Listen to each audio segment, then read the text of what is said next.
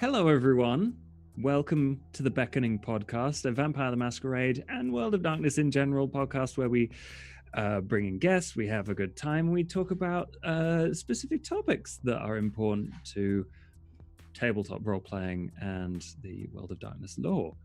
Today, we have me, I'm Jersh, but more importantly, we have the Primogen, Huddy, our regular co-hosts, but also RuffleJax. Hello. You are, as you said, an award-winning LARP designer. You're a writer. You're all sorts of things. I am, yes. So hi, I'm Jacqueline Bryk. I'm also known as Jax or RuffleJax. I've been playing games since I was 6, so about since '98, because I am baby. I've been writing LARPs for about, I want to say 8 years, and I've been freelance writing and professionally designing tabletop games for about 5 years. I am a freelancer for Onyx Path, for Ulysses Spele, for Genesis of Legend, and a couple other companies as well. You may know my work from Vampire the Requiem 2nd Edition, from Changeling the Lost 2nd Edition, or if you want to get spicy, from Vampire the Masquerade 5th Edition, in which I wrote all of the safety rules that people were kind of up in arms about for a while. I saw the waves on the horizon, but seems to have passed, which is fortunate. It comes up again occasionally. Yeah, we're better off with them for sure than without them. But I mean the safety rules, not the waves. No, not the waves. Yeah. No. So very good to have you here. And as people have probably surmised, the topic of today we'll be talking about safety, consent, and I guess in Cult Divinity Lost they call it the horror contract.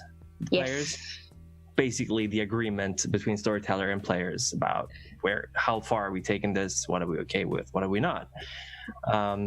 So let's start talking a little bit. We can start the topic with your history with the V5 project with the safety rules, if that's okay with you. Like, how did it come about? Like, what was the who spurred this initiative to include that in the rule book?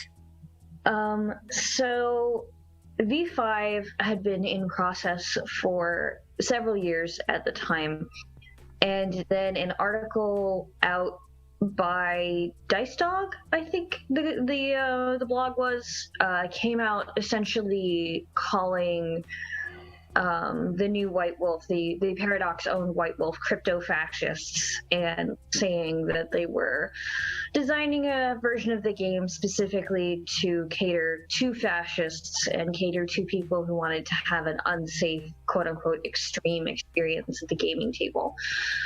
And this was very much not their plan at all, but it blew up in the gaming world. And I had, at this point, already included safety rules in Changeling the Lost 2nd Edition as part of the storytelling section. So Matthew Dawkins and Jason Carl reached out to me and said, hey, we really need you to do safety rules for Vampire 5th Edition. I'm like, I don't know. I heard a lot of stuff about it, and I would love to, but I thought this was already published. And they said, no, we're going to publish it, by Gen Con. And I think at that point, Gen Con was in early August, and this was early July.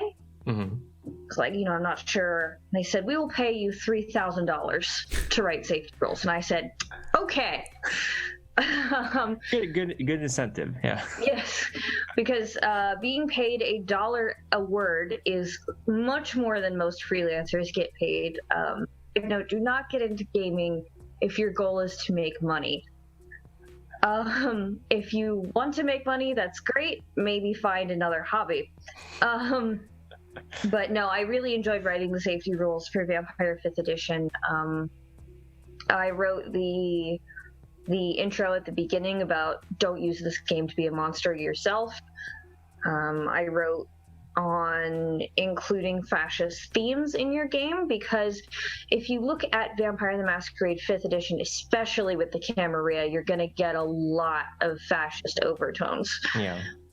Because the Society of Vampires is based on fascism. It is the idea that whoever has the strongest will and the strongest powers should be in charge.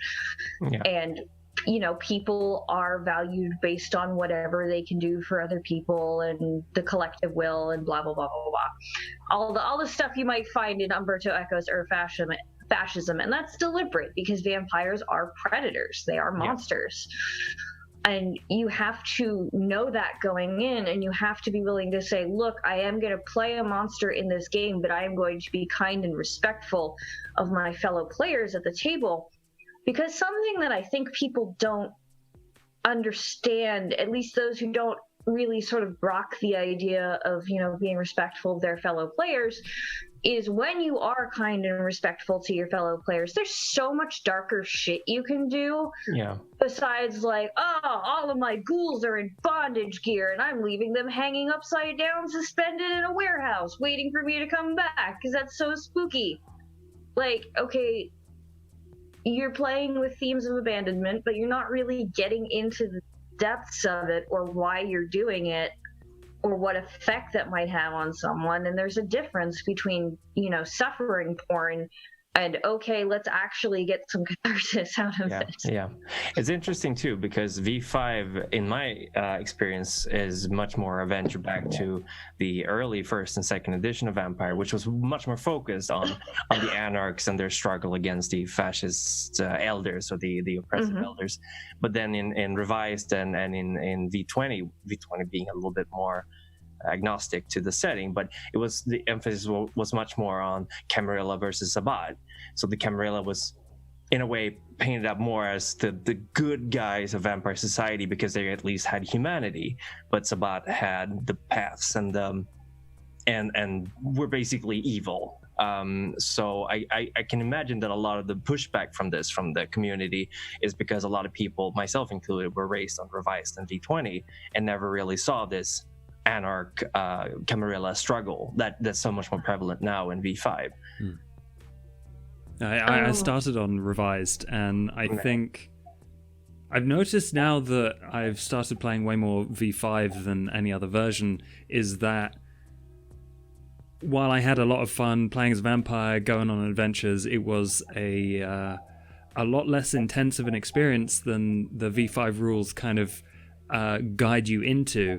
Yeah. And there was a lot less intense emotional horror elements than there are in my modern campaigns. I think that's possibly a combination of the new edition and me and my friends' personal preference for how we play. But yeah, it's evolved in a really, really exciting way, and gotten to touch on a lot of topics that I wouldn't have otherwise, which is really exciting. Yeah. But you wrote these safety rules because I seem to recall there was also some controversy around the prequel games that were released for V5 as well, the mobile games. So we'll not go too much into that, but I know that White Wolf, they were kind of stuck in the middle between people who really wanted the super dark stuff and people who were like, we're not in the 90s. Well, it also didn't help that they asked Zach Sabbath to write their visual novel, which, I mean, it was a standard Zach Sabbath production. Like, it was okay. It was not interesting in the least, but it had like a solid structure to it, and it hit the notes they wanted it to hit. It just wasn't particularly inventive or interesting in any way. And someone later said that, the reason they hired him is for the controversy. And that was not one of their better moves. And I'm fully willing to admit that. But the issue with bringing that into V5 is Zach never wrote any of the material in V5. He did not touch any of that material. He did not edit any of that material. He was not a consultant for V5. Zach Sabbath had no interaction with the V5 books. And that's important to note, because that was one of my caveats coming in, is if you are asking me to write safety rules for something Zach Sabbath has touched, I will need more money. So yeah, it's really been a lot of hills and difficult times for the White Wolf staff, but right now they're kind of riding on a high tide, I think, with the release from both Modiphius and the Onyx Path. But how was the reception? Like, because you wrote these safety guides for the book, and I know that the reception was mixed. And this was released, I think there was a lot of miring with a Call of Cthulhu game that was released roughly around the same time. No, Call of Cthulhu was actually released recently. All right. And that was Fate of Cthulhu. And that also included safety rules. I did not write those safety rules, but they're excellent. And Matthew Galt, who wrote the How White Wolf Convinced Its Fans Its Games Aren't for Nazis article, which is an excellent article, and it's still on Vice, and you should go read it, also wrote the article about the backlash to Fate of Cthulhu, which I was also interviewed in. But Matthew Galt, by the way, is an excellent gaming journalist. I love him to death. He's super cool. He covers a lot of shifts in the sort of paradigms of gaming and how sort of the cultural and emotional zeitgeist is tied into gaming. And one of the things I really like in his coverage is he talks a lot about how we turn to games for comfort and catharsis. And I think that's especially important in horror gaming, because I know for me personally, I've been playing and running a lot of horror games during this pandemic because it's a way to sort of take all of the fear that I'm not really allowing myself to feel and put it into a fictional context that it feels safer and more productive to feel that fear. So being able to have a group of people where I can be like, hey, I want to feel this specific kind of fear with you guys for 4 hours or 2 hours or however long is incredibly productive for me. And I think safety rules in a lot of ways give us a structure to start having that conversation. Yeah.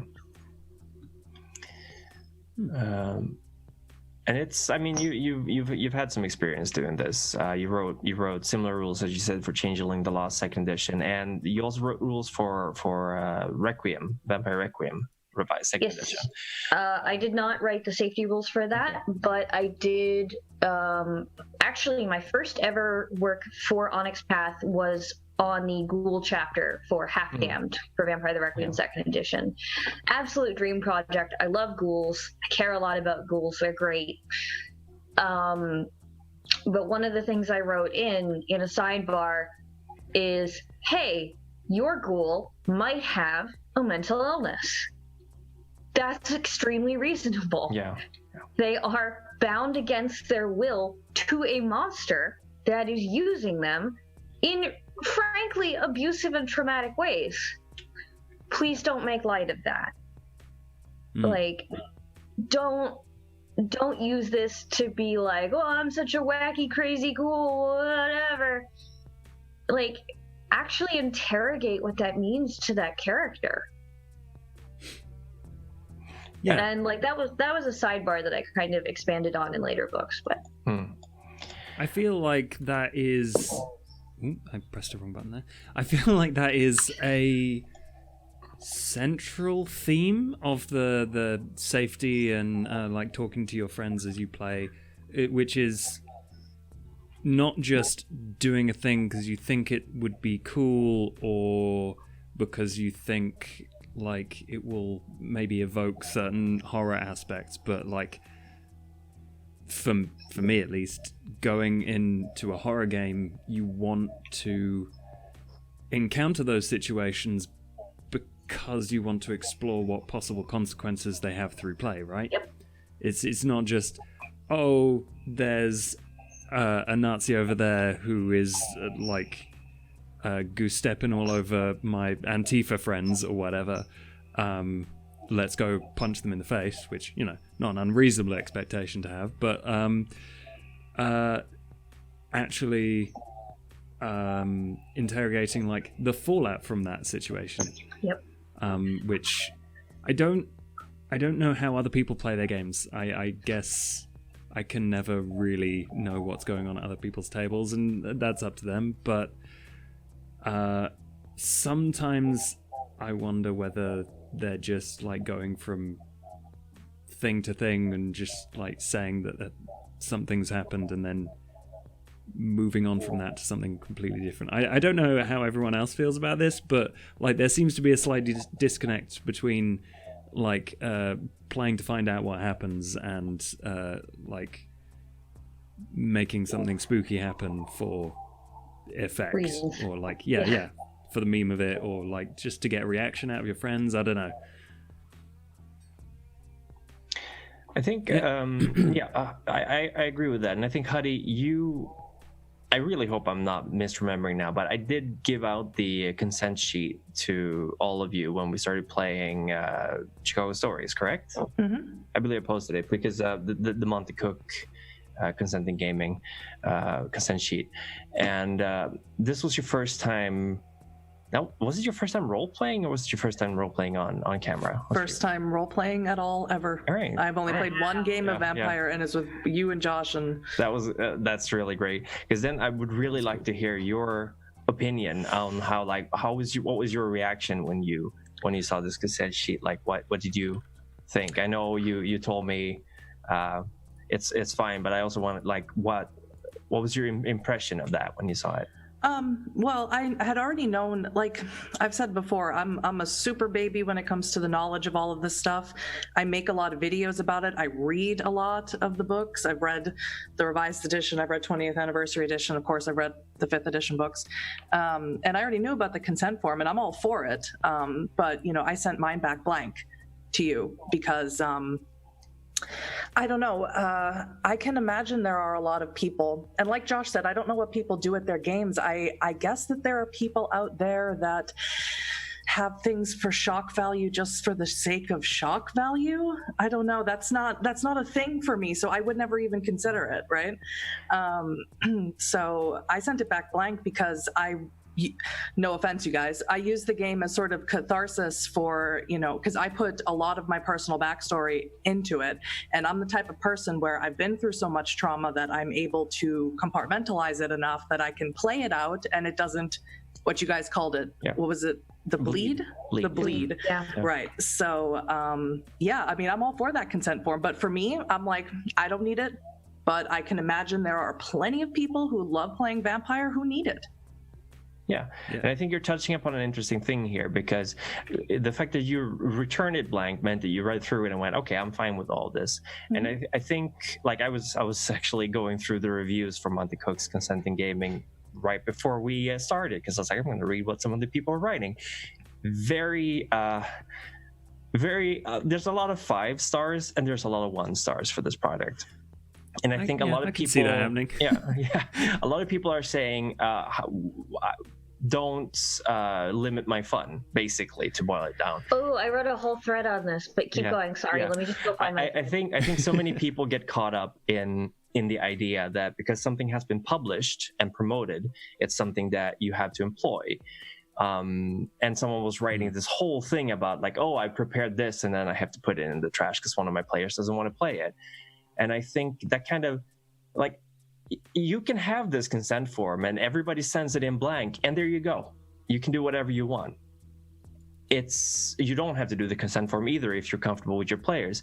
But at this time, we're in this world where going to a table at a convention is a thing that can happen. And it's not just Dungeons and Dragons anymore, because Dungeons and Dragons I wouldn't consider very challenging, and it can be, of course, in the field of emotional role playing, but like Cult Divinity Lost, for example, can be an extremely harrowing game with very mature topics and themes. And I'm going to be running it this weekend, and I started writing a scenario. Then I was like, I can't run this because have no idea who will be playing at my table. So I just scrapped it and went for something else. And I'm still gonna talk about consent and the X button, but obviously I can't get to know my players quick enough for this game that I'm already planning. So I have to find this middle ground. And a consent sheet really helps me out because I can look at that and go like, okay, what can I include in my game that I believe most people will be okay with? And I might still run into a scenario where someone will go, I'm not comfortable with this. So it's a tool to help you when you're playing with people you don't know, when you're playing online, and when you're playing with your friends. You might not know your friends completely. But it's not like a limiter that you put on your game and be like, okay, it's got to fit into this box. If you're playing with people you play with for 15 years, chances are you know what they want. Chances are you know them enough to know, okay, let's not have this theme in our game because several of us are not comfortable with it. But it's becoming increasingly more common that people are just joining groups because they can't play with people nearby, or they don't have anyone nearby to play with. So their option is to go online. They have these pickup groups. It can be a pretty horrible experience if you don't have a session zero and set this framework. Sorry, went a little bit of a spiel there, but it makes me upset that so many people look at everything that's published and go like, this is breaking my immersion into this setting. Like, you don't have to use it. It's your own copy of the game. Also, immersion is a false god. Players are more important than the game. Sorry. Right. Oh yeah. It's a weird mindset that I honestly can't fully understand, but it is one of those things where if you truly feel like your table doesn't need it, then you don't have to use it. But I'm not going to be playing at your table. Exactly. Yeah. Like there are people there who really, really want to get into it. Like, I've played with some people who are like, please hurt my character. And then, but they always set it out with like one topic or one theme in mind. And then everyone else is talking while people are creating their characters, and they're like, it's one of those things that's never come up. But on the single occasion where it does come up, I want there to be someone there who's feels like they're comfortable enough to say, hold on a second, and we have the tools and the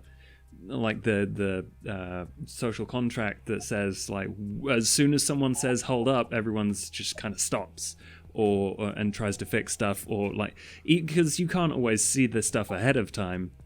There's like a variety of situations, whether it's before the game in the session zero or during the game, where everyone can just go, this is cool, and then like there's a line up to which you can go, this is not cool, and then everyone knows where to stop. It's I don't know. I'm just kind of rambling here at this point, but like.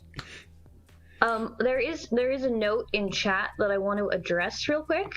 Yes. So Kaylee Evil says, my take on this is that formalizing these things seems odd, a bit off-putting. I feel more at ease when people ask the simple question, what do you want and what do you not want in a game? So if I may take this in a bit of an NSFW direction for a moment. My standard for safety in games is the same as my standard for safety in kink. Just flat out. Like, being able to have set ritual words and text that people can address, and you know that this means this thing. So if I say yellow, you know that you need to slow down and check in with me and ask what's going wrong. Instead of, during a really intense scene, either in gaming or kink, where I'm like, oh God, no, it hurts so much. Why are you doing this? And you being able to check in with me and going, do you actually want me to stop? And just having a way that everybody understands, a formalized way that everybody understands real quick, this is what this means, this is what the proper answer is, just makes everything so much easier. Yeah. And I think, for example, I'm running Changeling the Lost second edition on the Onyx Path, and I handed out the consent sheet to my players there as well. But I think streaming a game, like there's so many layers of complexity to a game, and one of the worst scenarios I can imagine is streaming a game and either one of my players or me taking it to a place where someone's uncomfortable, someone's feeling stressed out or worried or feels really bad about it, like it triggers some kind of reaction in them, and them having to hold it back, or me having to hold it back because there's the pressure of being on stream. You can't just say no and like cut your, well, you can do that, but a lot of people will feel the added pressure of that. And I think there's an added pressure of playing at a table at a convention too, because you're with people you don't know, or you're being watched by people you don't know, and you're putting on a performance. There's a huge difference in a role-playing group that's been together for 15 years and a role-playing group like ours that we did with Chicago Stories. None of us had role-played together before except for me and Kitsu and Harry. But even me and Harry, we still barely know each other. So we'll still, feeling the territory, what's okay, what's not okay. These things take time, and I think that it doesn't necessarily have to be formalized. If you have the time, sit down and have a session 0 where you can go through this verbally, but this is like a shortcut session 0 thing. Like, okay, the bare minimum, like we can at least do this. Yeah, and even during a session 0, you can establish which safety tools you're comfortable running with. Like, one of my favorite safety tools ever is the OK check-in, which I find more comprehensive than the X card, even though I love the X card. Like, no smack talk on the X card here. It was designed by a friend of mine, and it's amazing. But if I'm going to check in on someone, I'm going to use the OK check-in, which is, this is the question, never this. I'm doing great. I want more of this. I'm not sure. I'm not doing well. Super simple, super easy. And everything that's not a thumbs up or a double thumbs up just gets treated like a no, we need to stop and check in. And I think that's awesome. But like, I know some people don't enjoy using that. So during a session 0, we might decide we're going to use the X card, or we might decide we're going to use something else.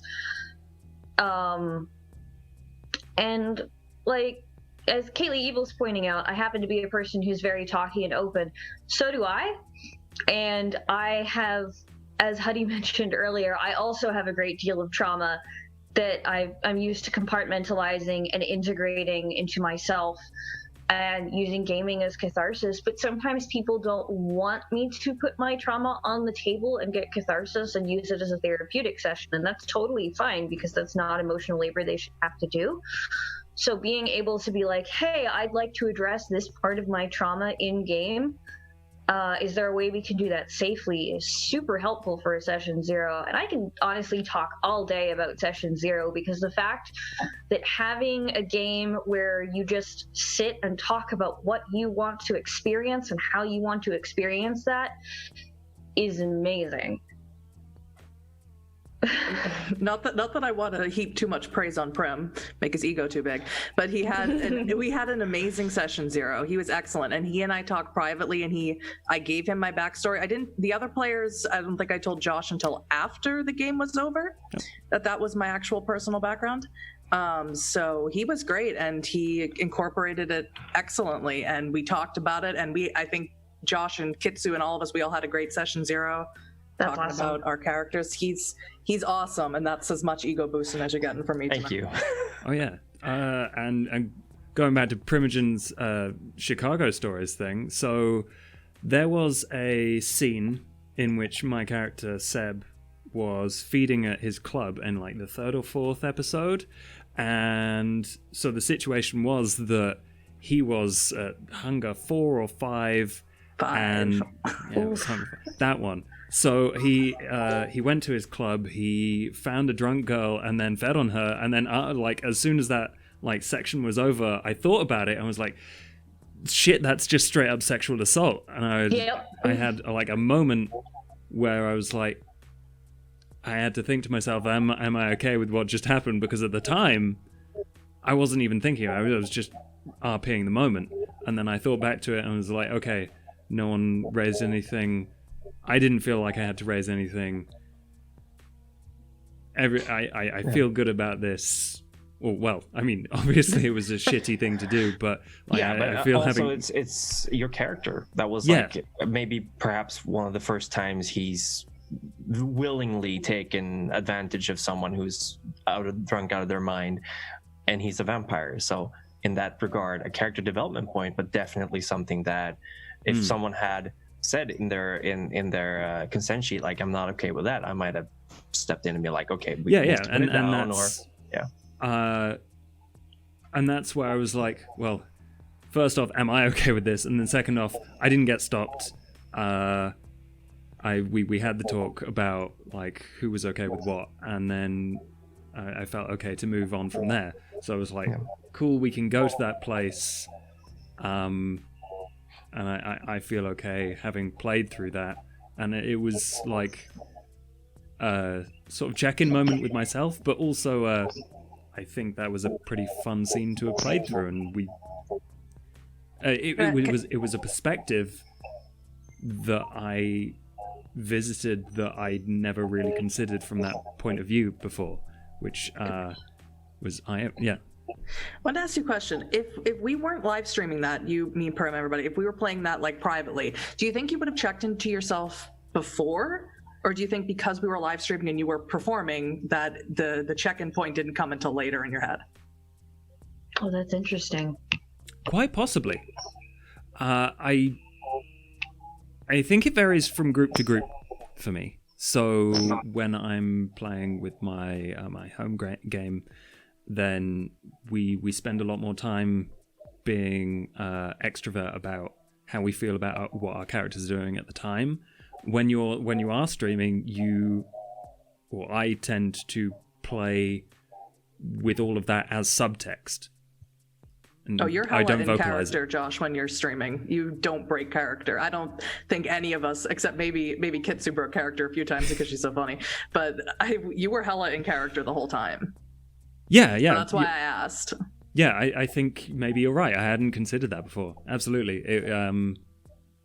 I probably would have seen that coming before. And yeah, like Primogen was saying, there's the added pressure of being on camera. There's the extra consideration for how you're acting and how you're playing your character. Yeah, I decided to play my first time on camera. That was really smart of me. You did a great job, though. Don't even get started. Apologies, everyone, for the echo. I literally have no idea what's going on. I think don't know how to fix it. Is everyone? I don't hear it when Josh is talking. No, I think it might be me. Are you on speaker? On speakers? Yeah, I have speakers, but I don't. I can throw on some headphones. Hold on. Okay, I think that might be it. Yeah, maybe. we'll see. We'll see. Yeah, we shall see. But get on my little dinky earbuds here. I think session 0. Like speaking as someone who's been role playing since 94, 90. When I was 2.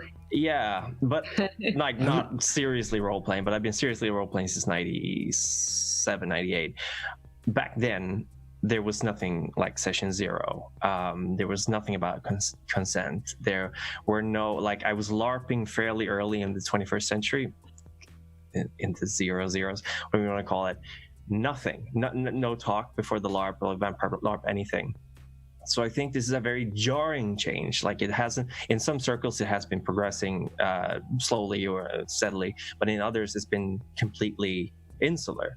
And I think that might also be a reason for a lot of people's reaction, is that I think online role playing, in the sense that how we're talking now with communication over voice and camera, stuff like that, with people we don't know, is much newer to a lot of people, and it's exploded in the last couple of years with Critical Role inspiring a lot of people to take their campaign online and seeking friends to play with online.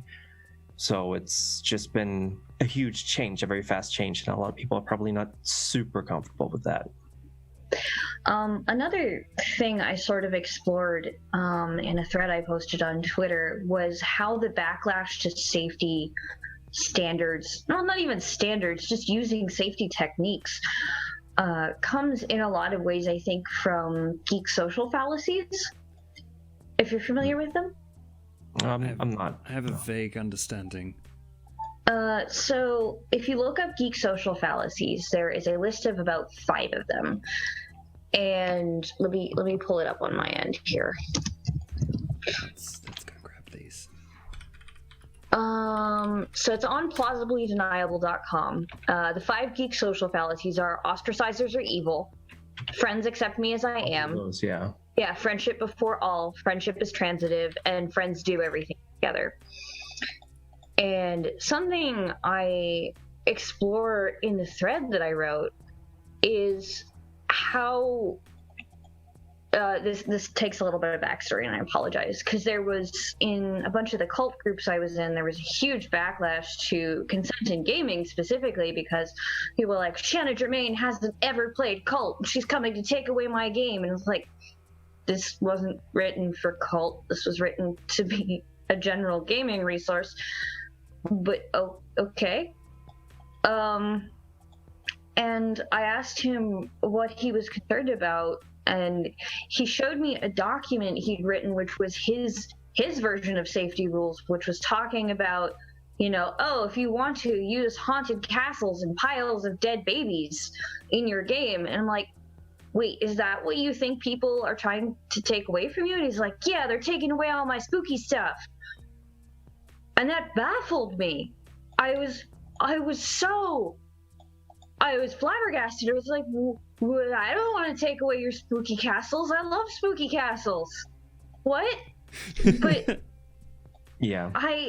It had to be explained to him that things we were talking about was stuff like, I don't know, stalking, child abuse, sexual assault. Yeah, emotional manipulation. Yeah, but that was as real. That was as real to him, and it took a while to get this through. That was as real to him as a haunted castle, because he'd never experienced any of that to the best of his knowledge. And like, these aren't, things that happen to people. These are just things we tell stories about. And I sort of went and looked at the Geek social fallacies, and using safety rules specifically goes against Geek social fallacy number 2, which is friends accept me as I am. Telling someone, no, you can't do that, even if it's like, no, you can't play a rapist, no, you can't have this character be raped in a game, is saying that they're not allowed to do something, which means that your friend doesn't accept you. Oh my god. Yeah. This is it's just this whole constructed idea that if somebody tells you no in your game, they're not your friend, because a friend would allow you creative freedom. Yeah. I'm pretty sure friends aren't supposed to blow smoke up your ass when you're being a terrible person. Yeah. And it was wild to me. And I also went through sort of like, I'm sure you all have seen the like DM is God memes, the DM's trying to make me cry, that's sort of zeitgeist around gaming. It's this idea that if you tell the DM no, you're ruining the game because the DM is the game. I think a lot of these have their origin in the fact that for a long time, role-playing groups especially have been pretty fringe in nerd culture until very recently. It has been a very insular activity that you do in a set group of people. Like I myself come from a very small, very tightly knit group that has seen much drama very similar to this. Like we've had so many fallouts. There's been people that nobody talks to anymore. There's been like shaping of little factions in the group, like all this kind of stuff because sorry, a cat moving around here. All this kind of stuff because there was never really a clear idea of what were the rules. Like there was always this kind of pecking order, and also I think the idea that the GM is God comes a lot from the fact that nobody ever wanted to GM in the past. So the person who did that obviously was doing this great sacrifice for the players and should be appeased, because otherwise someone else should be running the story because I put all this time into that. And I think this is a very toxic mentality that came up. But a lot of my self-esteem issues when it comes to storytelling and running a game, that I get almost anxiety attacks before running games on stream, is because of this humongous pressure, which I think comes from this group. That everything is up to me to present a great story that everyone else can enjoy. No, absolutely agree. And I want to take this a little bit back to the session 0 discussion we were having. It's actually frightening and infuriating to me how many of my friends are like, I'm going to GM my first campaign. Do you have any suggestions on how to GM? What skills should I learn? I'm like, are you going to have fun? Like, have you asked your players what they want? And more often than not, what they say is, "Oh no, but I watched a bunch of sessions of Critical Role in the Adventure Zone, and I want to be like Matt Mercer." And I'm like, Matt Mercer, honey, is a paid voice actor who has Hasbro money, which is great and good for him. Like, get that hustle, my dude. But we're seeing sort of a revitalization of this unreasonable standard that you have to be this, great performer, and you have to predict everything that your players want without asking. And the GM is just another player, my guys. Like, this might sound like heresy, but the GM, just another player. The GM is allowed to have as many boundaries and as many things they don't want to engage with as the players are. And this is something I see left out of safety discussions a lot. This idea that the GM is allowed to say no to their players. I, in fact, included it for Kith and Kin, which is the next Changeling book that's coming out.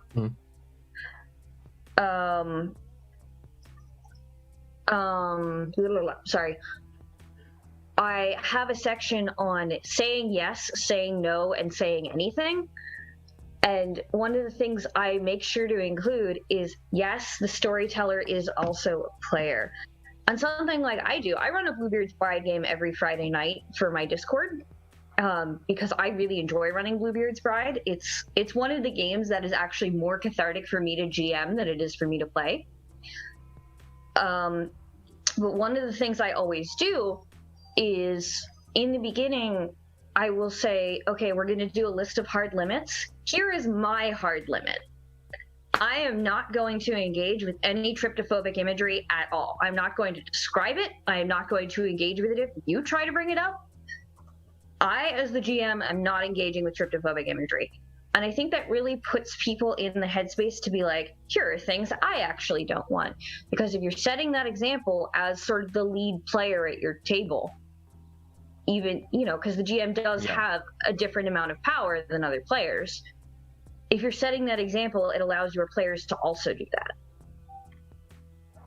Yeah, for sure. And in a game like Vampire, for example, there are so many different ways to take the story.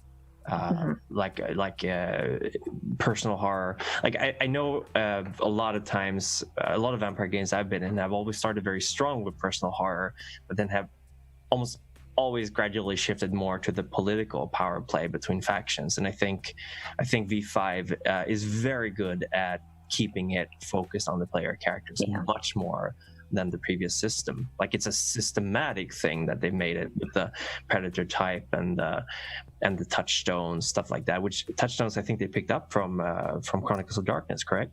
Yes, which is actually one of my favorite additions to the game, and it's one of my favorite additions to Chronicles of Darkness. That and Conditions, but I can get into Conditions in a little bit.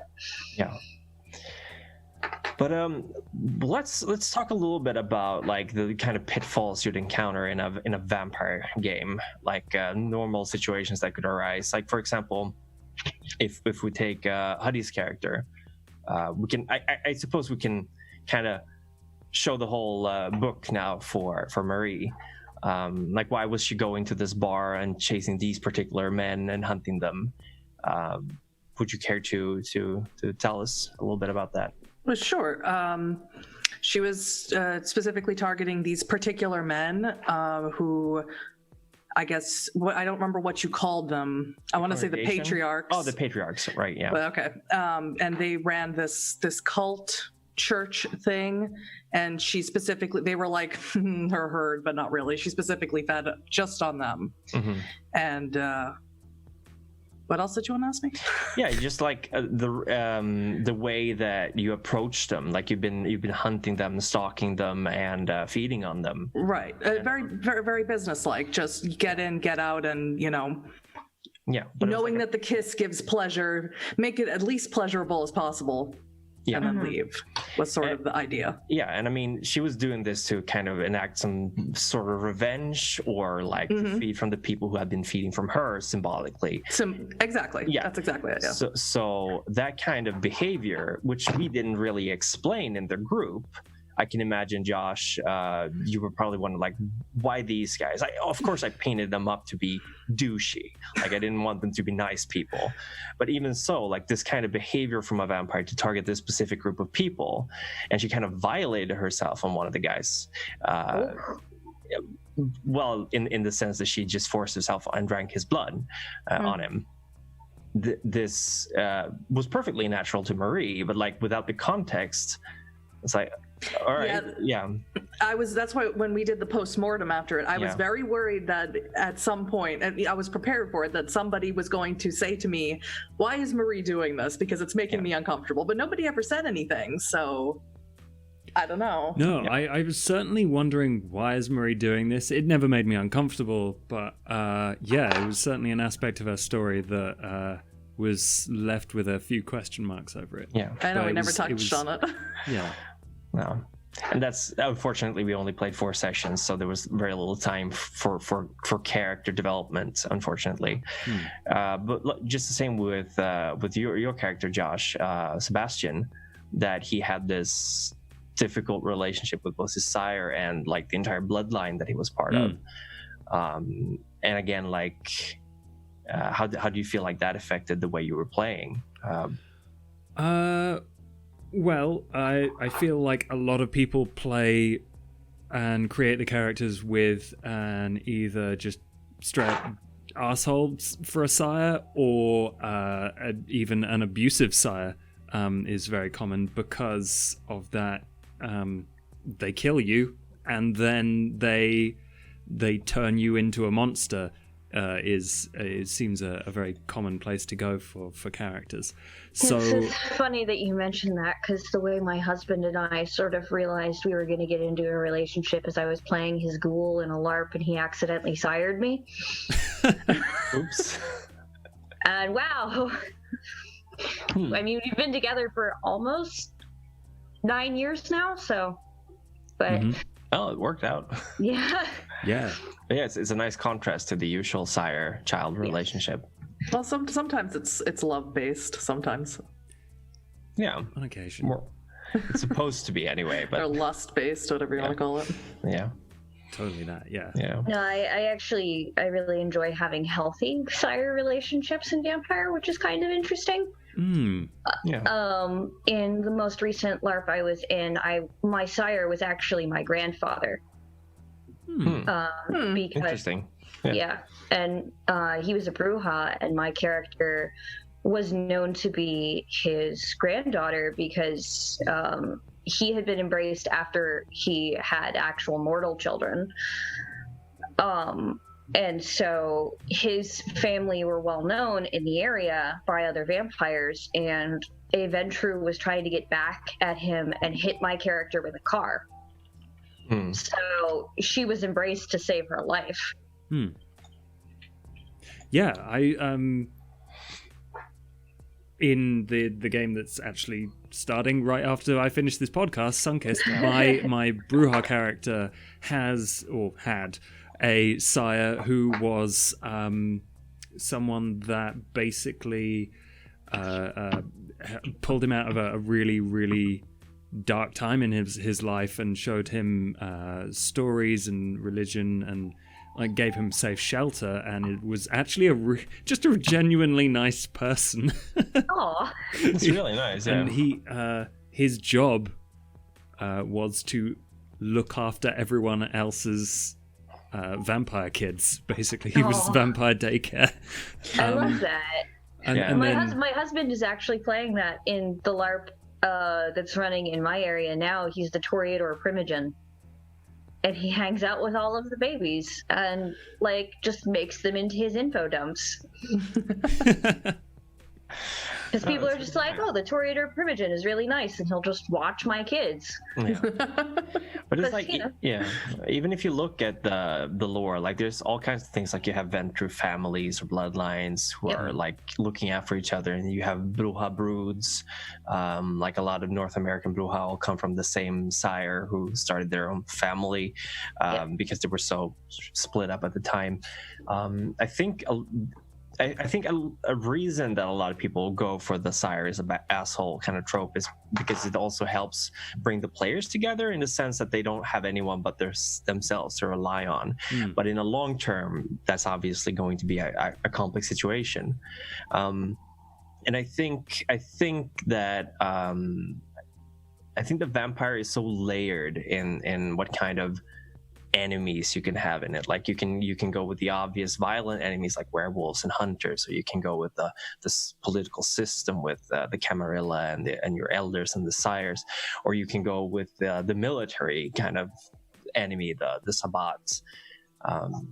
And this it's easy to start out small with the sire and then work your way up, but it is interesting. Like I've been watching LA by Night, and you see this relationship, for example, that Nellie G had with Isaac.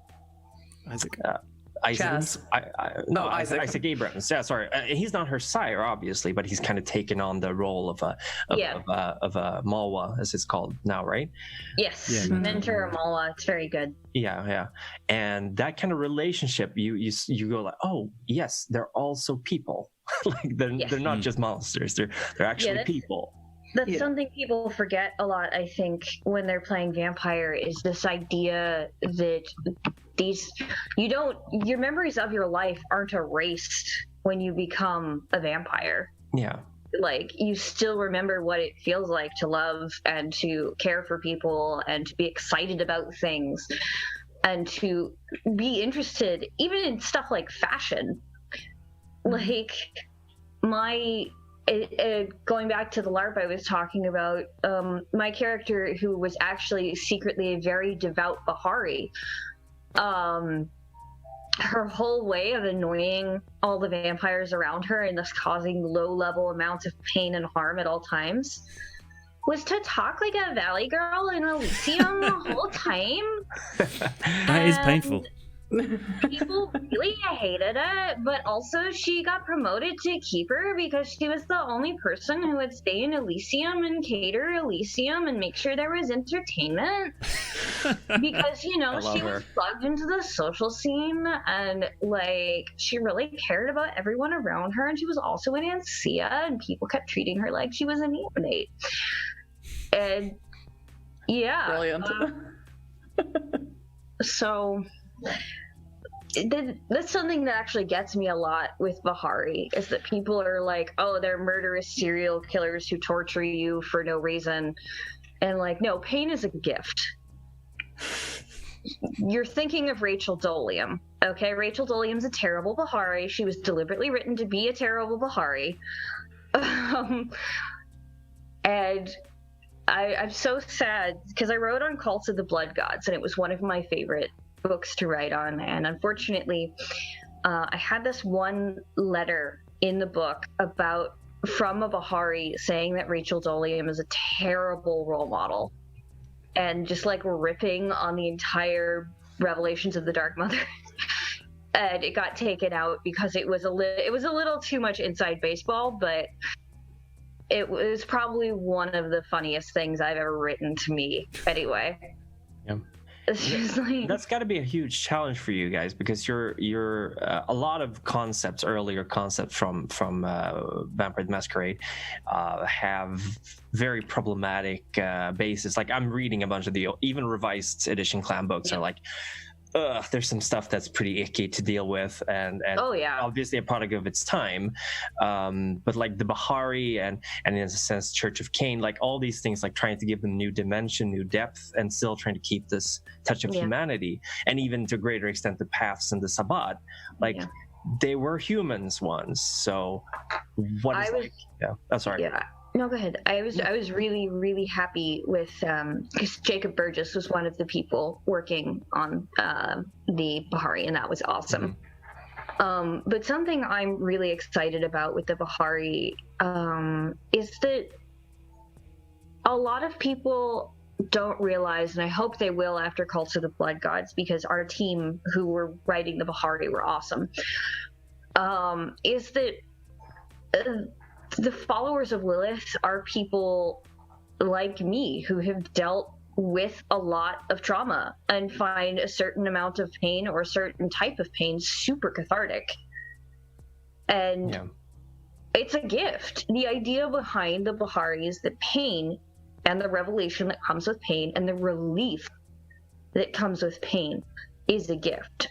And it is an incredibly problematic concept because yes, it's an extremely unhealthy way of dealing with trauma, especially if you're taking it to the religious extreme.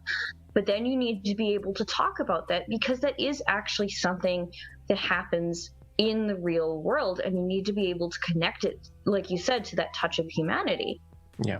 That's, again, where you bring in those safety rules, because then you're not playing your Bahari as please hot evil lady step on me all the time. You're not playing your Malkavians as fish milks. You're not playing, your Shemitzi as weird non-consensual body modders who will just tear you apart given the slightest provocation.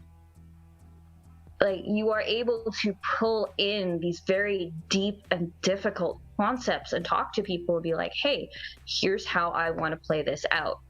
Here's what I want this to mean within the context of the story. Yeah. I think a game, I'm going to go back to another game that I really like, Bluebeard's Bride again. And I think Bluebeard's Bride does an amazing job with this, because the game is, they never come out and say in those words, this game is about the patriarchy, but it's very, very obvious that this game is about the patriarchy, because the rulebook always calls the player dear girl or dear child. And in the Game Master section, these are the 4 themes the game is hitting, which are religion, body, sexuality, and motherhood. And if you can find a more patriarchal list of themes, you let me know. But the game is about exploring the pain and the trauma, and yes, even sometimes the beauty of being a woman under patriarchy, because the problem is being a woman under patriarchy gives a certain amount of benefits as well as an incredible amount of detriment. Like, I can scream for help and a dude will show up. But then, like, in the game, when you scream for help and a dude shows up, that dude's going to want something from you in exchange for helping you out. So it is a wonderful exploration of the complexity and the horror of being a woman under patriarchy. Another game that does something like this really well is Red Markets. I don't know if you guys are familiar with Red Markets. Never heard of it. Nope. Red Markets is amazing. It is a zombie apocalypse tabletop where the real enemy is capitalism. Woo. Yeah. And the areas that are still overrun by zombies are called the Loss, and the areas that are safe are called the Recession.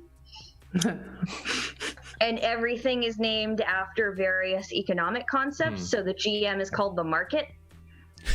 And something they say in the beginning is this is a poverty simulator, but we added zombies so that it's not just tempting you to be like, we're poor and this sucks. Yeah, I was gonna say it's pretty blunt with the symbolism, like it's on the nose. Yeah. But no, being open, being transparent about your themes, that's something that V5 did that I love. That's something that I got to help V5 do. And you don't have to be obtuse about your themes, especially if you're a horror game. Being like upfront and like, these are the things I want to cover. These are the things that I want this to mean.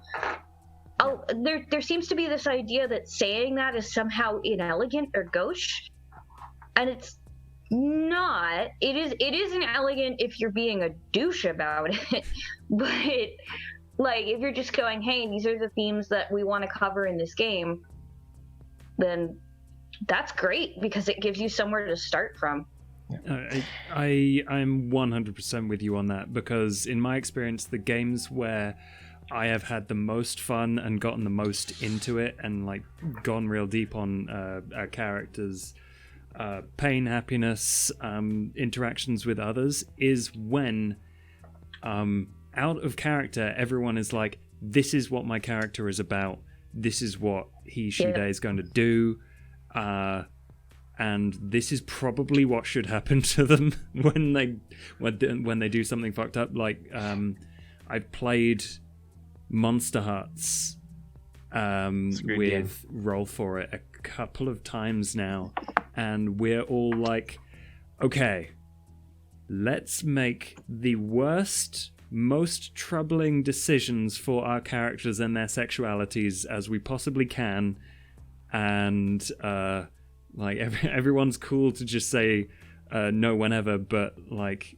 because we've established so much through like chatting about where our characters are coming from and going to, everyone can then play on those themes in character and then just like start to hit the themes harder and more competently. So like sometimes it's fun when there are secrets about your character that you hide from the other players, like no, actually everyone knew that one, so that's a bad example. Once my character was secretly a demon, and none of the audience knew, but that lasted like 8 episodes, but all of the other players knew it, and they played into that like, keeps on disappearing, and like stuff sets on fire when he's around. That's weird. But like I say, it's another example of people get into it and then can play off of those things as you're getting into more and more into it. And I think that the role playing, like something I encountered as soon as I started role playing online was that, like in Sweden, Dungeons and Dragons was never a prevalent theme. We have a lot of our own role playing games, and we have a huge LARP scene where emphasis has always been more on the role playing rather than the rolling of the dice. Are we gonna get into a fight about the false dichotomy of American and Swedish games? Because I'm ready. I'm not gonna get into a fight about that. But I did encounter a lot of issues playing with people online because optimization and the goal of winning a game is a very prevalent idea, at least with the people I played with. I'm not saying necessarily Dungeons and Dragons is selling it as that concept, but when you introduce the word game into something, it immediately conveys the idea that there is a winning goal, and usually you win by beating the bad guys. That's how games are won. And I think, like what Josh was talking about Monster Heart, is that it's perfectly fine to fail. Like failing, you're having your character fail with something, and rolling with that can be equally rewarding or even more rewarding in the matter. And I think I was much more comfortable with this idea because I also grew up playing a lot. Like whenever we wanted to have the chance of failure, we would roll dice, but otherwise be like, yeah, you can do that or you can't do that because it makes sense for your character. Because the point isn't to beat the dungeon master in a perception check to see if I notice the one thing that will fix this adventure. The point is, can I persuade this guard that I'm actually here to give these people what they want, or am I going to have to run and work from that? And God, I'm really making a yarn ball here, but what I was trying to say is that I think people, myself included sometimes, are very scared of being vulnerable in a game of imagination, because it's the one situation you're supposed to be in control, because it's your escape from reality, it's your little castle. But like you were saying, RuffleJax, another way of escaping reality is also being in a cathartic situation where you can deal with your traumas in a safe and controlled environment. And these are really slamming against each other right now in the role-playing community, and I love it, but it's also very provoking for a lot of people. Yeah. And I just want to hit on one thing you said, which is that failure is super important. I'm sorry. Your chat is doing things. Go ahead. No, that's fine. That'll be Leo, my mod. He's silly. Yeah. So failure is for me, when I'm storytelling or when I'm a player in Vampire specifically, failure is where often the personal horror comes out. Like, you try and do a blood ritual to summon a demon, or off the top of my head, and you fail, and that is where the demon gets the advantage, and then from there something horrible happens to you. It's where the bestial failures, and I don't know what you were going to say about compulsions, but V5 is the first place that I've experienced something like that, and giving your players a prompt. Like, often my players are like, I feel like I'm paranoid right now, and then I show them the compulsion section. I'm like, how about this? And they're like, yes, please. So often I don't give them out. The players are asking for them. It's a weird change, but yeah, the failure and the bestial failures, and I guess the messy criticals, are where the horror appears, and success, while interesting, is less horrifying unless you yourself are inflicting something on another NPC or character. I don't know, but I don't know how everyone else feels about that. I guess success can be horrifying. I don't know. I was gonna say, sorry, I guess it pertains to what you said, but Prim saying that, playing the game is supposed to be like a controlled environment, or a controlled and safe environment. I certainly feel like safe playing with you guys when I played with you guys, but this might be a really weird take because this is a personal thing, but I spend most of my day controlling everything that I possibly can because of the issues that I have. I have like 100 alarms on my phone. I control my whole day, every day, all day. Yeah. So when I played Vampire, when I played with you guys, that was a point where I didn't have to be in control, where something else was in control, and I could just react off of things, and I knew that there was no control coming from me, and it was very freeing. And I don't know if that's a weird take or not, so you can tell me if that's strange. Nope. I think it's very healthy. Is it? Great. Yeah. I think it kind of goes back to what I was saying earlier about sort of this idea of being able to have that catharsis, being able to feel that horror and the horror of not being in control in a fictional situation, and knowing that it's probably not going to affect anything beyond that situation. So no, I totally get you. I mean, it's the same. Sorry to bring this back to kink, but it's my favorite metaphor for this. It's the same impulse that leads people to bottom in scenes, right? It's this idea that you are giving up control, like in a set way for a set period of time. Yeah. In a safe way. I'm sorry, my dog. Hello, dog. We feed crows out our window, and sometimes they land on the windowsill when it's not feeding time, and then he barks at them. Oh. It's like in my old role-playing group, I believe our storyteller had an approach that was essentially game through strife or through trial.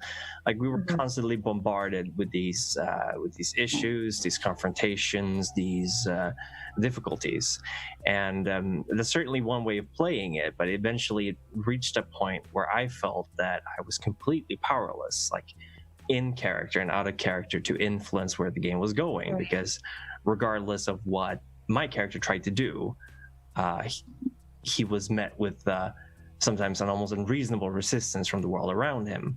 Mm-hmm. So it is a precarious balance, but I do personally agree also as well that it is relaxing as a player to just be like, I'll react to whatever happens. That's the full extent, and I'll yes and with the players and the GM, whereas the GM is like, that's why I get the shakes when I'm supposed to GM, because it's so much more pressure I feel on me to present that situation. That's reasonable. You're so good at it, Prim. You don't even know. You're so good at it. Stop. I really love. Never. Here's. You want to have a little GM hint?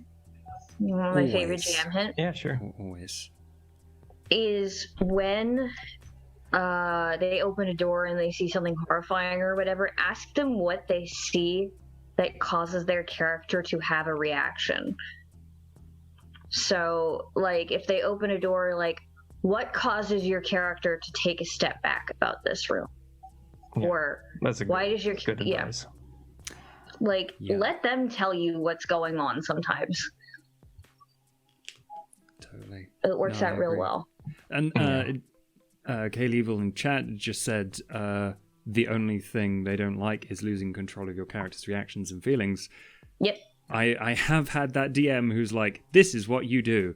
I'm like, unless it's an epic critical win of me chopping off an orc's head, you can describe that, that's fine. But telling someone how their character feels is exactly the opposite of that. Yeah, that's a great GM tip. I don't know how I would feel about that if Prim told me what Marie was feeling all the time. And that is why presence is such a horrible discipline.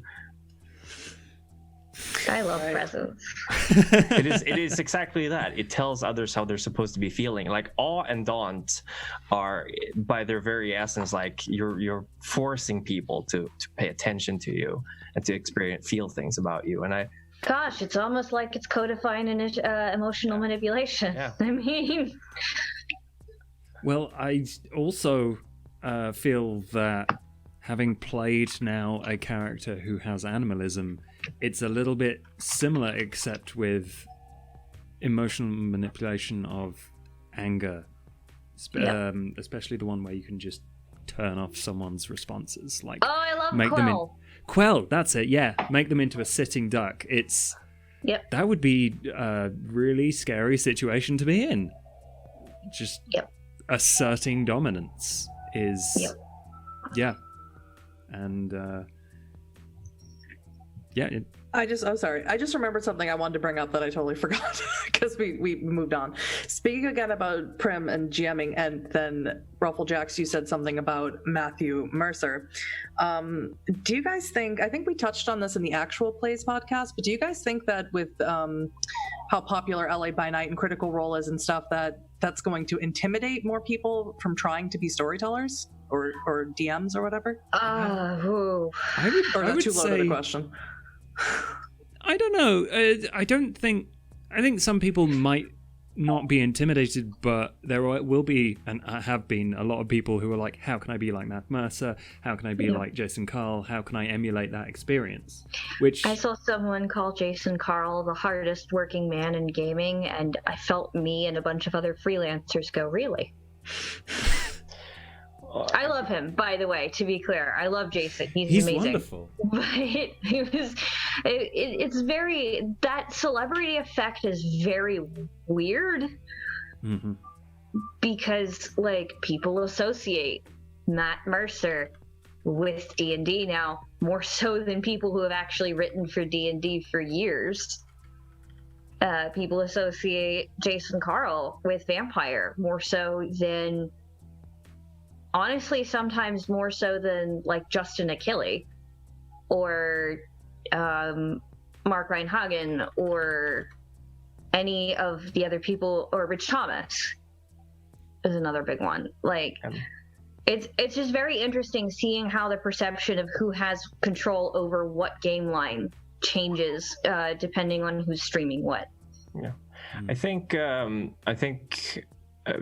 lot of people don't think about how long Matthew Mercer and his crew were playing together before they even started streaming. They were doing it for 2 years. And personally, this is really not to throw any shade on season 1 of Critical Role. It's obviously loved by a lot of people. I'm not a huge fan of it. I've only listened to the first 20 episodes, so I know it probably gets better after that. But I immediately fell in love with. I know. I immediately fell in love with season 2, and I think that because I felt that those characters felt more grounded because they were also not like level 10 right away when they started. Same. Yeah, and they had time to develop and grow their relationships organically in the show, whereas they already were very familiar with each other when they started. But I think, bringing it back to the main topic, they have the experience with each other, and they I have no idea how they organize this and what tools they use behind the scenes, but will have an understanding of where to go with each other's characters and relationships and like situations. Yeah, absolutely. And you can. I'm willing to bet money that Matthew Mercer sits down with his players. If there's been an emotionally intensive scene, they sit down and talk about it afterwards. Yep. Because he knows his players too, and this is not something you can artificially create in a group. But there's ways to help that with the whole consent sheet and stuff like that. Yeah. But and aftercare. I don't think everyone just goes home, clocks out, and they're done for a whole week, and then they go back again together. Agree. Yeah. And I think that's so important because they've built this relationship with each other, and it's difficult to compare yourself to them. I personally like to watch them because I want to look at how to improve my own way of storytelling. But I think a lot of people have expectations that are unrealistic, both on themselves and on the other players. And I wanted to bring up what Daddy Sheepdo said, who is hilarious. Tell him to stop being so funny, Josh. That he said that people should take Matt and Jason as inspiration as opposed to trying to. Yes. Absolutely. Very much. It's like watching something by Francis Ford Coppola and being like, oh, if I'm making movies and it's not on this level, why am I even trying? It's like, there's degrees to it. Sorry, go ahead. No, I was just going to say, there's also the fact that it doesn't necessarily have to be good as long as you're having fun. Like it's a game. It will certainly be better if you're all having fun doing it. So sorry. No, it's okay.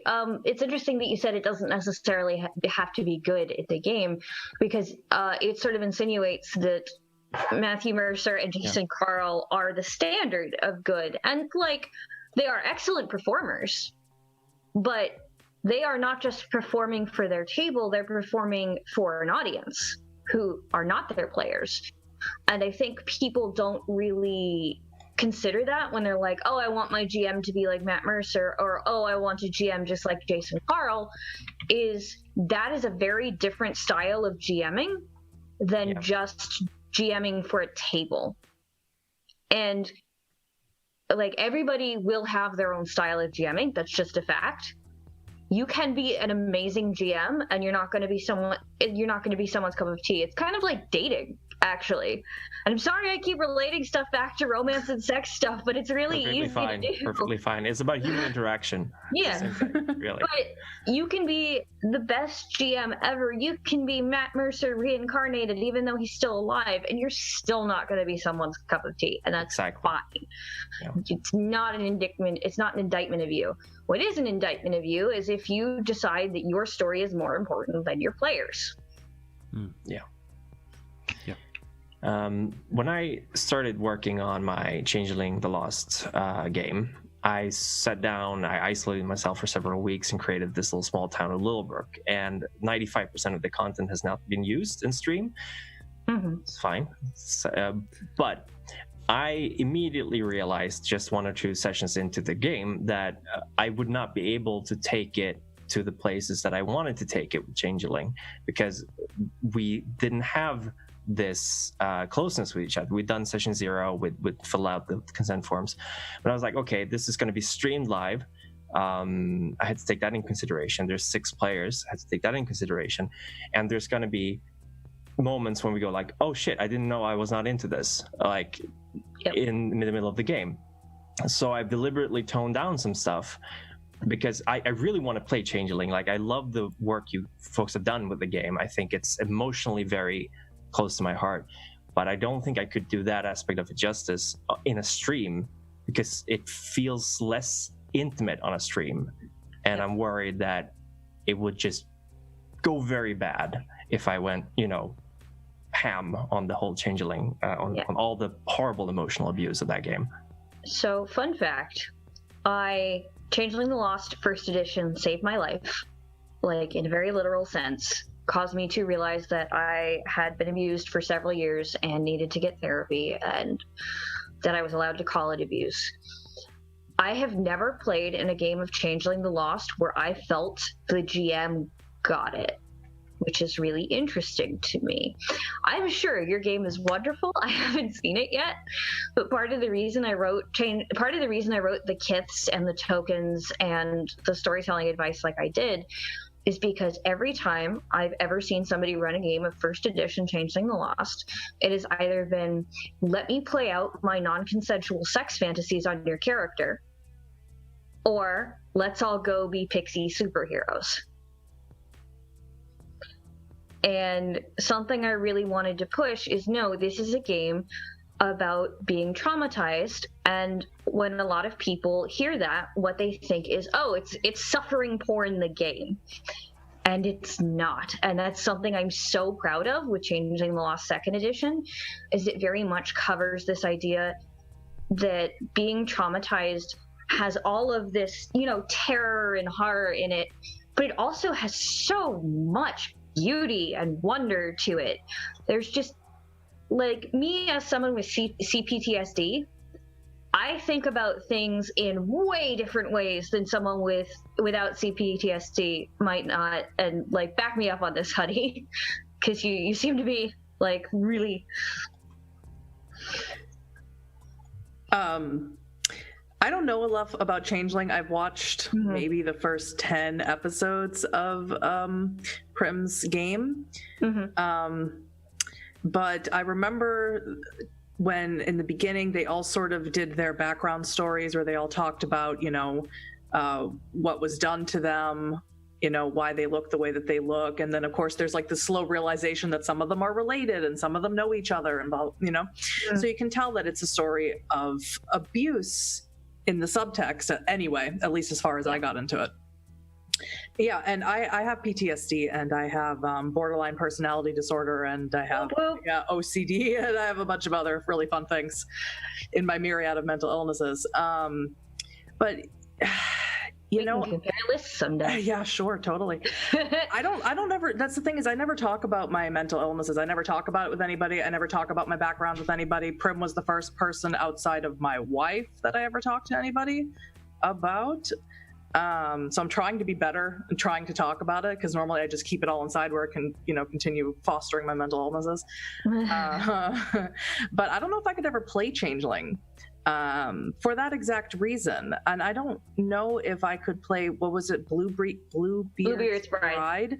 The patriarchy thing, when you brought that up, I mean, immediately I was like, I don't think I could ever actually sit there and play that. If Vampire was a game, which, not saying that there isn't patriarchy themes to it, but if that was a game that was strictly about patriarchy, that if it didn't involve a lot of the fact that, your generation, your bloodline, and so on, different factors that don't pertain to necessarily your gender, I don't know if I could play it. That's reasonable. Yeah, because I literally grew up under the thumb of patriarchy.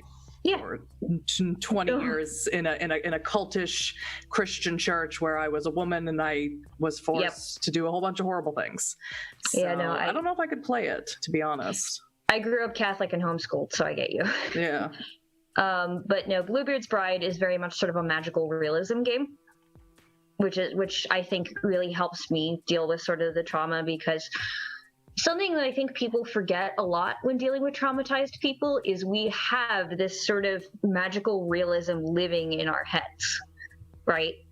Like, so many of us are poets or writers or content creators because it's in a lot of ways easier to process shit through fiction and magical realism and fantasy and sci-fi. And if you're going to write about traumatized people, you have to write about that magic that comes with it. And I think that gets left out so much. This is why I was very interested in having this podcast today, because I don't think when we were discussing in Discord, we are all of us shooting the shit in Discord, I don't the way you talk about it, how you write your trauma into things and how you use it as a tool as opposed to something that's a hindrance. I don't think I'm quite there yet with myself personally. So that's why I was that's why I didn't talk a lot in the beginning. And I'm really interested in learning a lot because I'm not quite there yet. I don't have quite that perspective yet. It takes time. I imagine it does. Yeah, to be fair, I've been in a deep and committed relationship with my therapist since 2014, and she's wonderful. She is a trauma and grief-focused therapist who is a Unitarian Universalist and swears whenever I bring up my family in therapy, and is like this older hippie grandmother type who is just so wonderful. And something we talk about a lot is finding joy in sort of integrating that trauma. And it's weird because when you say that, people think, oh, it's all about positivity and you have to like think positive and heal, and like, no, that's not what it's talking about. Because like, I find a lot of joy in ritual. For example, I'm a lapsed Catholic, so I don't go to mass anymore a lot, but I find a lot of joy and comfort in confession, for example, because it is a place where you're telling someone what you believe your sins are, and then they give you something concrete to do that will absolve you of the sins. And since I'm so used to gaslighting and emotional manipulation, having someone go, okay, you did these things and here are the things you need to do to be absolved of them, is so comforting. And that is a form of magic, right? This idea that if you can find things that cause you to feel that relief, feel that absolution, feel that power, that's magic. And when you're playing with something like ghouls from Vampire or like changelings from Changeling the Lost, that magic gets codified into actual visible physical effects upon the world. So you want to know a secret about Changeling the Lost, 2nd edition? Sure, yeah. Totally. So I wrote the kiths. I wrote all 12 kiths. In Kith and Kin, other people are writing kiths, but I set up the 12 kiths in the core book. Each one of those kiths is specifically based on a way of dealing with complex trauma. Yeah, because there's a lot of people who probably haven't played Changeling. Can you explain the difference, Kith and Kin, like what? I would love to. Yeah. So, whereas in Vampire, your clan is the sort of, I don't know, your class almost. Yeah. It's your splat. You have 2 splats in Changeling the Lost 2e, which are your seeming and your kith. And your seeming is sort of like your overall category that you're in, and your kith is sort of your subcategory. So you could be a Ferist, which is a seeming, and they're like the pretty passive aggressive in charge changelings. They're like the Toreador changelings, basically. And then you might be, I don't know, we'll go for something that would be familiar to Vampire fans, a Leechfinger. And a Leechfinger is a changeling that can actually absorb people's life force, and they tend to get along pretty well with vampires. So a Ferris Leechfinger is going to look different than, for example, I don't know, a Darkling Leechfinger, which is going to look more like a Nosferatu vampire than a Ferris Leechfinger, which is going to look more like a Toreador vampire. Yeah.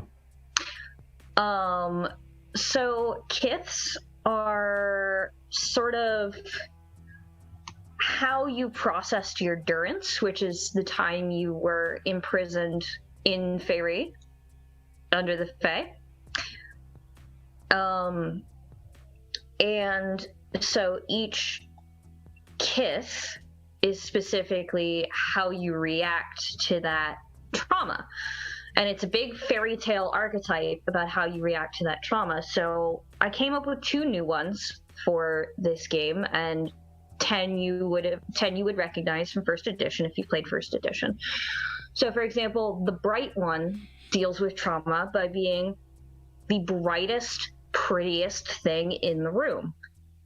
Yeah. And can actually turn that up to a point where it is harmful.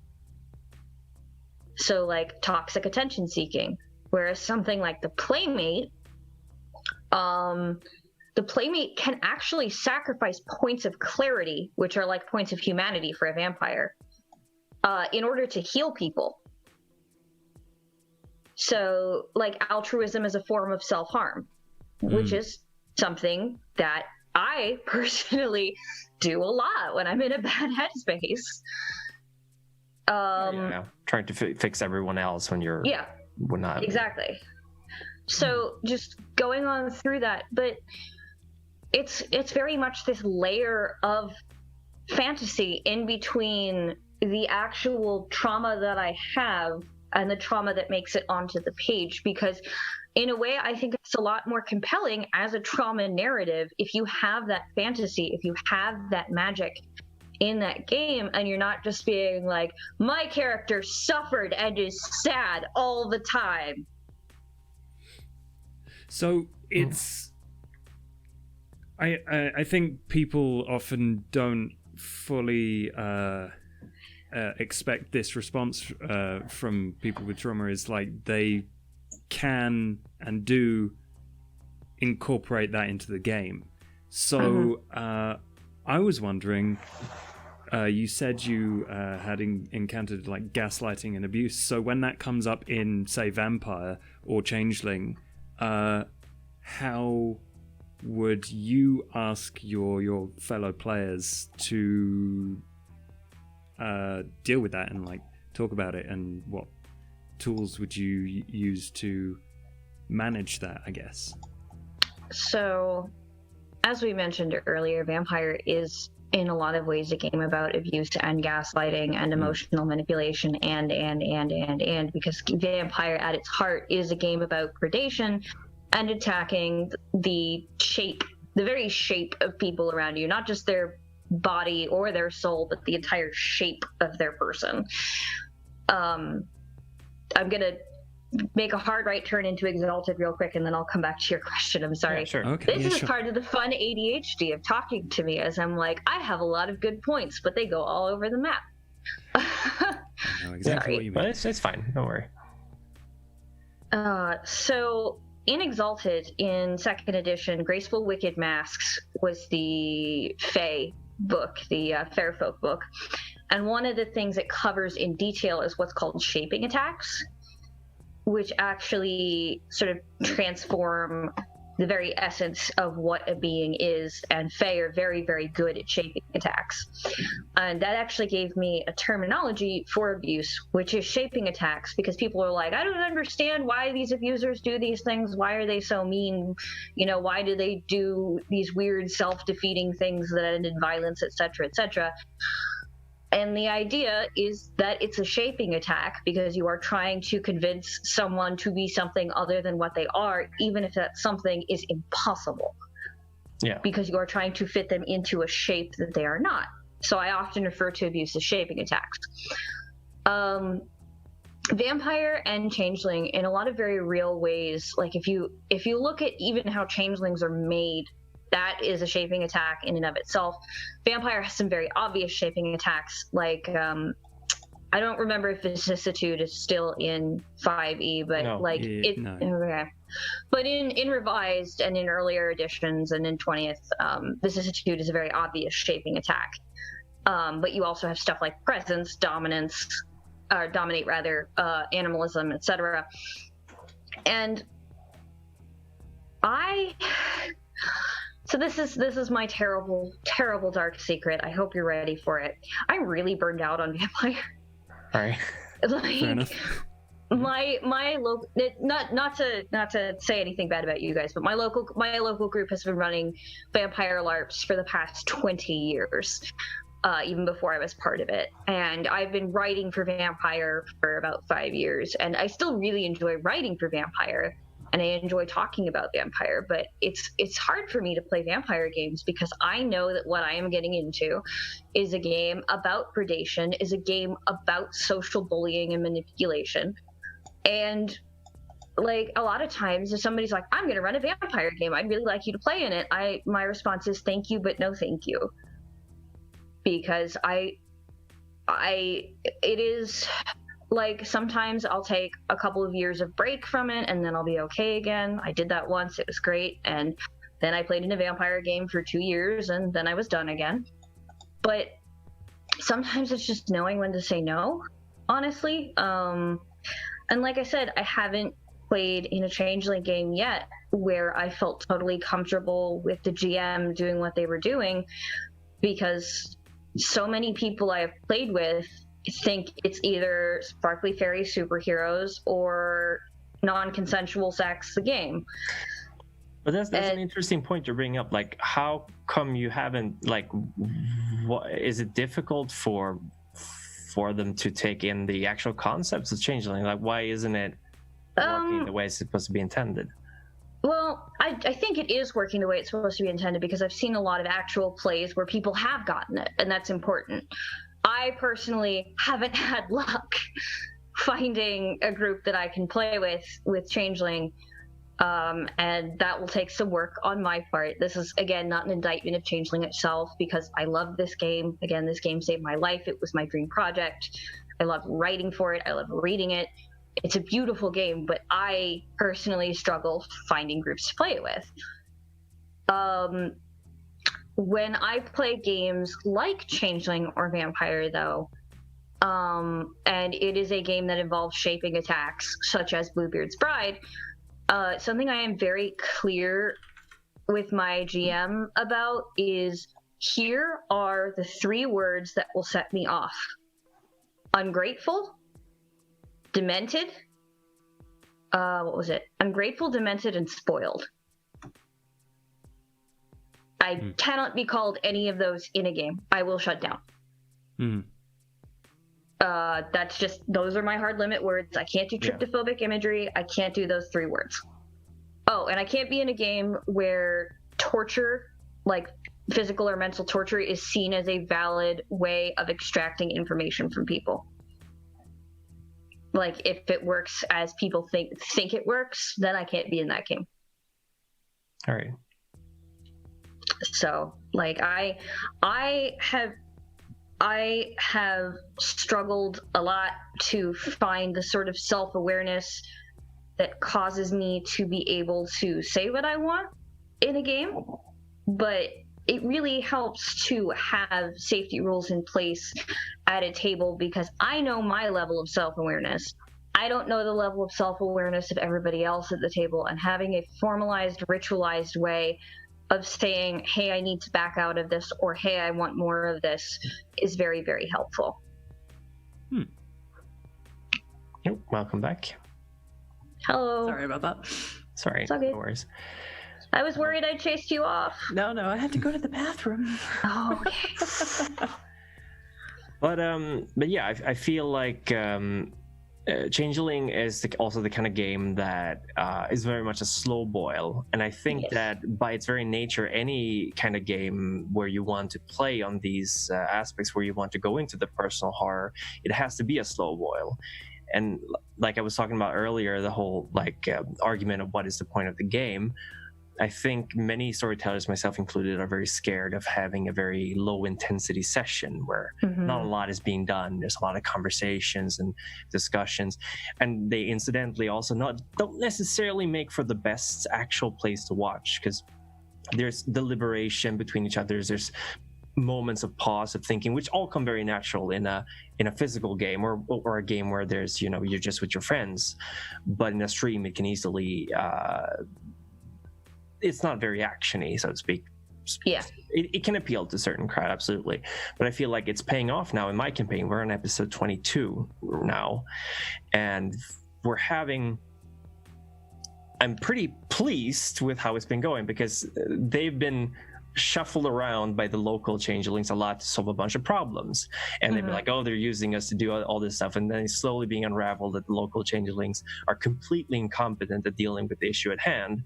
And there are a bunch of different factions. All of them have good arguments for their perspective, but the players don't know which one they should follow. So there's a lot of intergroup debates, because certain characters, Kitsu, my wife, her character is very easily to anger. Elemental, they're an elemental. Yep. And then you have the Wizened who just want to, take it slow, take everything apart, debate it. Exactly. Forever. And then you have the troll, not troll, ogre. Who's very like, just going along with things and not trying to reflect too much, like slowly starting to reflect. So lovely. Yeah. I love him. It's a great game, but it's taken a long time to get to the point where the players feel comfortable with, like, all right, let's open up and talk about our emotions a bit. And I think that's so rewarding. So I really like what you're doing with trying to bring this out of a game. And vampire, it's so easy to be like, all right, we're all vampires, let's go solve crime or whatever. Let's go do crime. Yeah, instead of being like, oh, you were literally killed in passion and then brought back to life, and you're not allowed to feel like a human anymore, because then you're going to be weak in this jihad that's going on. And especially if you're Sabbat, you're like, oh, if you hold on to your human values, you're going to become a vassal and you will lose your mind. It's like, it's traumatic, extremely traumatic, and it's hard to capitalize on that. Capitalize on it, sorry. Yeah. But I really hope that V5 is going to ground campaigns a whole lot more. I think the Chicago by Night book and the adventure that came with it is very good at that. Oh god, yeah, the Chicago by Night book is excellent. Mike Hollywood did an amazing job on that. And Cults of the Blood God as well, because it's huge cults and then very small ones, and very niche ones, very like it's covering all aspects of kindred faith, which I always felt was underplayed. Cult of the Blood Gods is super great. I actually got to do a series of cult generation tables for it, so like if you need a small local kindred cult, you can just you did those tables. Those are great. We were talking about that when we did the thanks. We had a whole podcast for Cults of the Blood Gods. I'm really flattered that you guys like the generation tables, because I had a lot of fun with those. I think I'm going to use it for and this is spoilers for anyone who's watching Sunkissed, so I guess mute me for a sec, but probably going to be using those generation tables hopefully when my character forms his own little little group of friends in blood sacrifice. Hey, I love a group of little friends in blood sacrifice. We're favorite. gonna have a great time. It's a really good book, but then obviously touches on a whole other section of possible horrible situations to is encounter. It out? A PDF, Oh, okay, then I have to add it to my list of things that I've done, because I try not to add things until they're out, but But it's interesting too, like there's so many different kinds of horror that like horror seems to be the huge theme now lately in role-playing games in general. Horror and sci-fi, I guess, or maybe that's just what I'm perceiving. But I wanted to touch back on like system choice as well, because we talked a little bit about systems and how systems itself can promote the kind of gameplay that you want. And I know Cult uses a slight variation of Powered by the Apocalypse, which in itself is a very collaborative kind of system. Whereas Call of Cthulhu, at least last time I played it, it's been a while, has a much more GM base. GM base, exactly. And they're also extremely different in their approach to horror, because Call of Cthulhu, you are literally nothing in the eyes of these ancient beings. Whereas in Cult, you have the potential to become something even greater than them. Yes. Which completely shifts the whole theme of the game. Like, there's still the basic puzzle pieces in both of them that are very similar, but their approach is so interestingly divisive. And I think like Vampire as well has its very specific range of horrors. But I'm always worried that people kind of zone in on one system and go like, how can I hack this? Yeah. That. And you're like, there's like 4 other games that can do this without a huge amount of rewriting, which is, you can hack a game. That's fine. I'm not saying. Yeah. No, I understand exactly what you're saying. It's funny because I actually got into an argument with a guy on Twitter a while ago because he's like, well, what if I did a D&D experience system where you got a level for doing random shit like lighting a torch or killing a chicken, and you know you got these steep level up curves, and you know you're fighting monsters by the end, you know, like you're fighting the drafts by the end of the first session. Is that lit or shit? And I'm like, well, you're kind of destroying the primary gameplay loop of D&D. You're disconnecting the XP system from, you know, you're disconnecting the incentive system from the game itself. I'm not really sure why you're going this route. He's like, well, some people don't play D&D just to kill monsters. Some of us like to roleplay. And I'm like, that's not what I said. Like, I don't understand what's up with your XP system. Why are you doing it this way? He's like, well, I want to incentivize, you know, some of us use D&D to be creative. I'm like, do you think I just play D&D as a murder hobo? Because I rarely play D&D anymore. And he's like, I'm sure I don't know how you play D&D. And I went, okay, we're not, this is not working. And it was very strange because afterwards I'm like, he's using the Minecraft XP system. Literally said light a torch and kill a chicken. Like, I don't. Yeah. And like, we were having what is essentially referred to as a 2 bong hit conversation, which is where we're talking so far past each other that it's just not registering. But it was the oddest conversation I've ever had, because he was asking if his hack of D&D was good, and I was like, here's why this is an issue, and he reacted as though I said you can't roleplay in D&D, which you absolutely can roleplay in D&D. There are rules for it. But D&D, the primary gameplay loop of D&D, if you look at what the rules and the XP system incentivize, is, yeah, get mission, optimize party, fight monsters, get treasure. Yeah. And that's fun as hell. Yeah, it's great. It's incredibly reasonable. Yeah. It's a good gameplay loop system. It's had over 50 years of revision. It's, you know, it's got the money that it can continue. Okay. It's got the money that it can continue being a big system and continue innovating and incentivizing new and interesting different things and paying writers to write that. But saying that D&D's primary loop isn't fight monsters, get treasure, fundamentally misunderstands the core of D&D.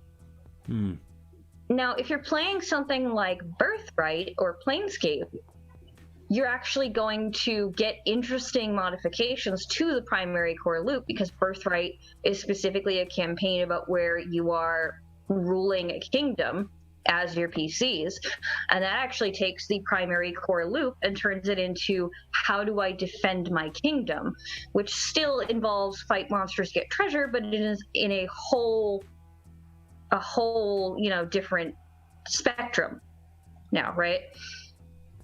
And like, Vampire's core loop is more along the lines of drink blood, get social status, you know, social fuckery. And it's interesting.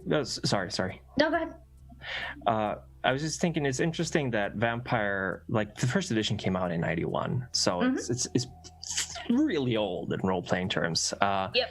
And it's interesting that they introduced the. Oh, sorry, but I'm older than you, so it's interesting that they introduced nature demeanor, which which was a thing right from the get-go, which is not in V5. Which I feel a little bit split about. I would have appreciated those tools as well, because they always worked so well in creating like the skeleton of a character. I'd always start with nature demeanor first to be like, okay, how is my character actually like, which is nature, and how do they present themselves to others, the demeanor.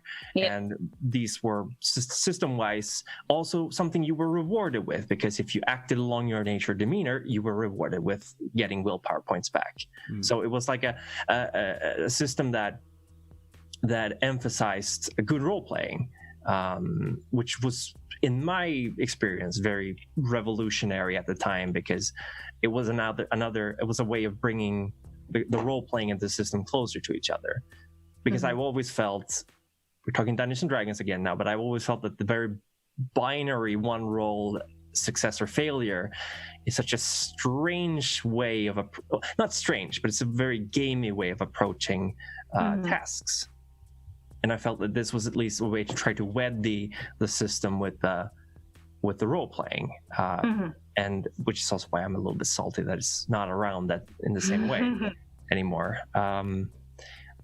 But yeah, I feel like a lot of times I've gotten into conflicts with other people too, because we have such a different frame of reference of what Dungeons and Dragons is. And usually now, a lot of times you hear, well, go to Pathfinder if you want complexity in your Dungeons and Dragons, and I can see that. I'm not saying that. I've heard that. I know. I wasn't rolling my eyes at you. I was rolling my eyes.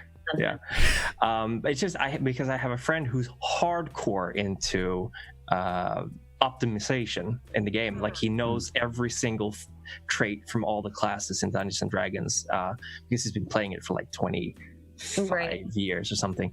So for him, a lot of the enjoyment comes out of a really challenging combat encounter that everyone works together to fix it. That is not a bad way of approaching a game at all, but it's not the way I would want to play Dungeons and Dragons.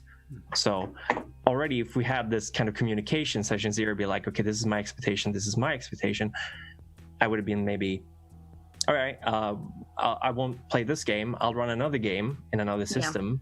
Where will be a different objective, but I'm not going to step on your fun, and obviously I'm not going to be having a lot of fun playing this kind of game. So we know that already. I've invested very little time and energy into this game.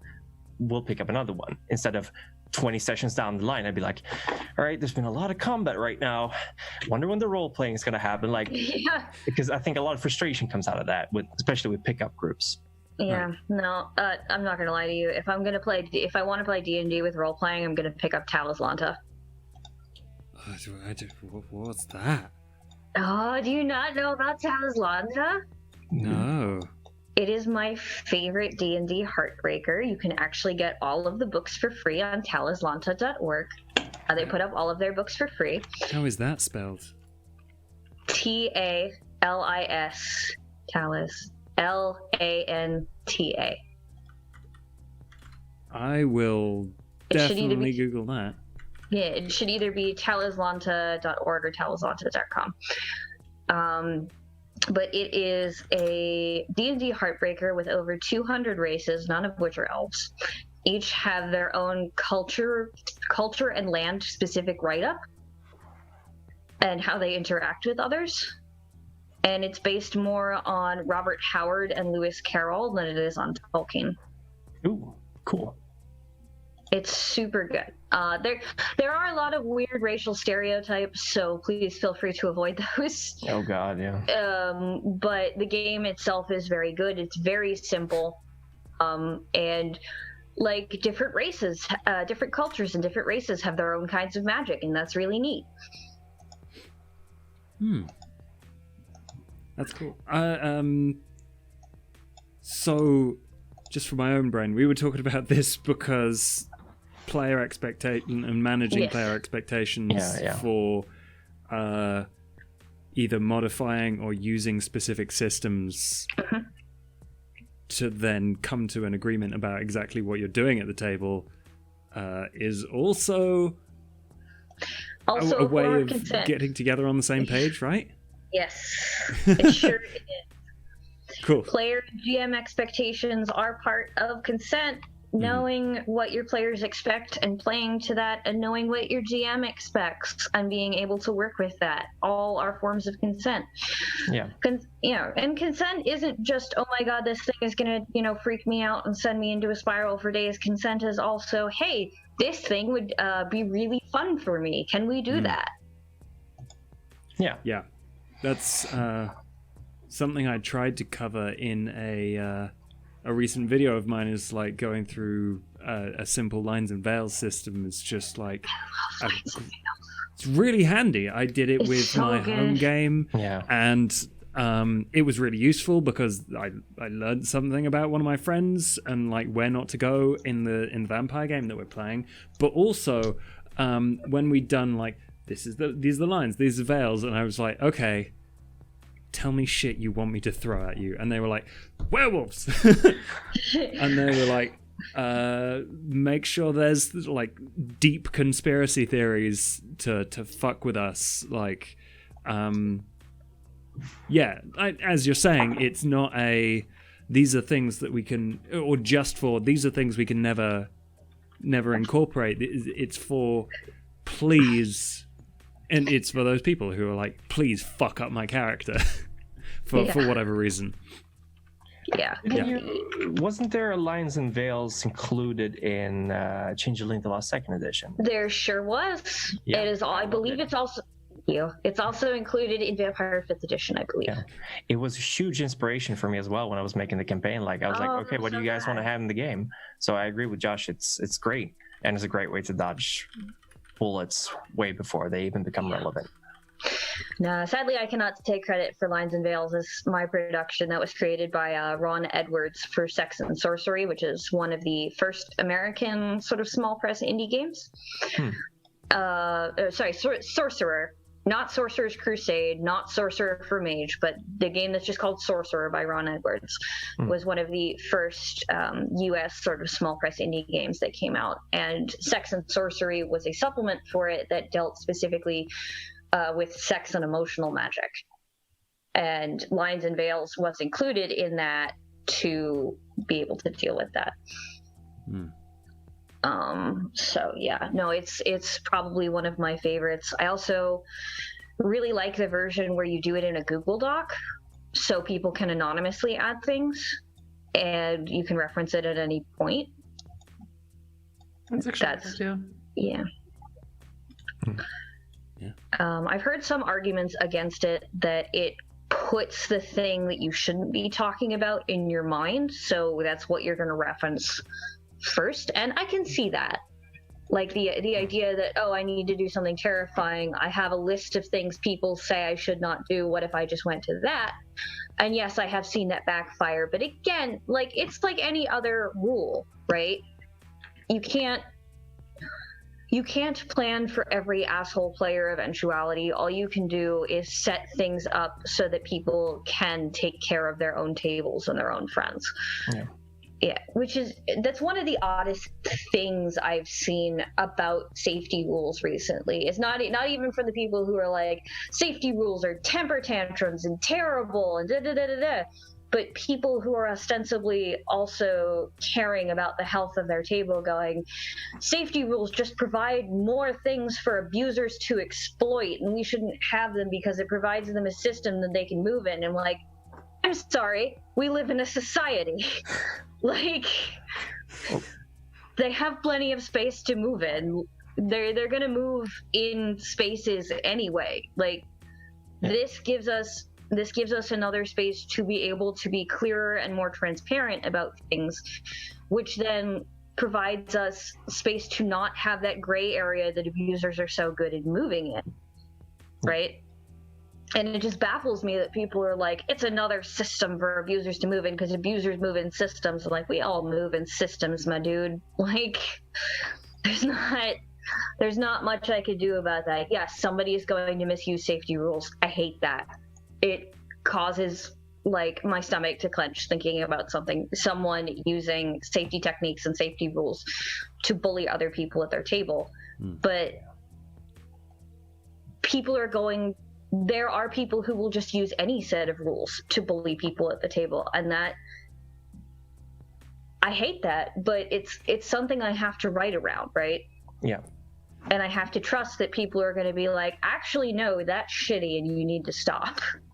Yeah, you can't predict what kind of behavior is going to come to the table, especially if you're running it with people you don't personally know, like at a convention or like a lot of people go to Reddit for like looking for groups, stuff like that. Mm-hmm. Yeah. And we all don't have the luxury of having a solid group that we're playing with. So obviously there's going to be occasions when you're going to have to nope out of a game very quickly. I've had a few of those recently because I tried foolishly to branch out and be like, I'm going to try playing with other people. Like, there's a lot of trial and error. Maybe it's just a matter of my expectations.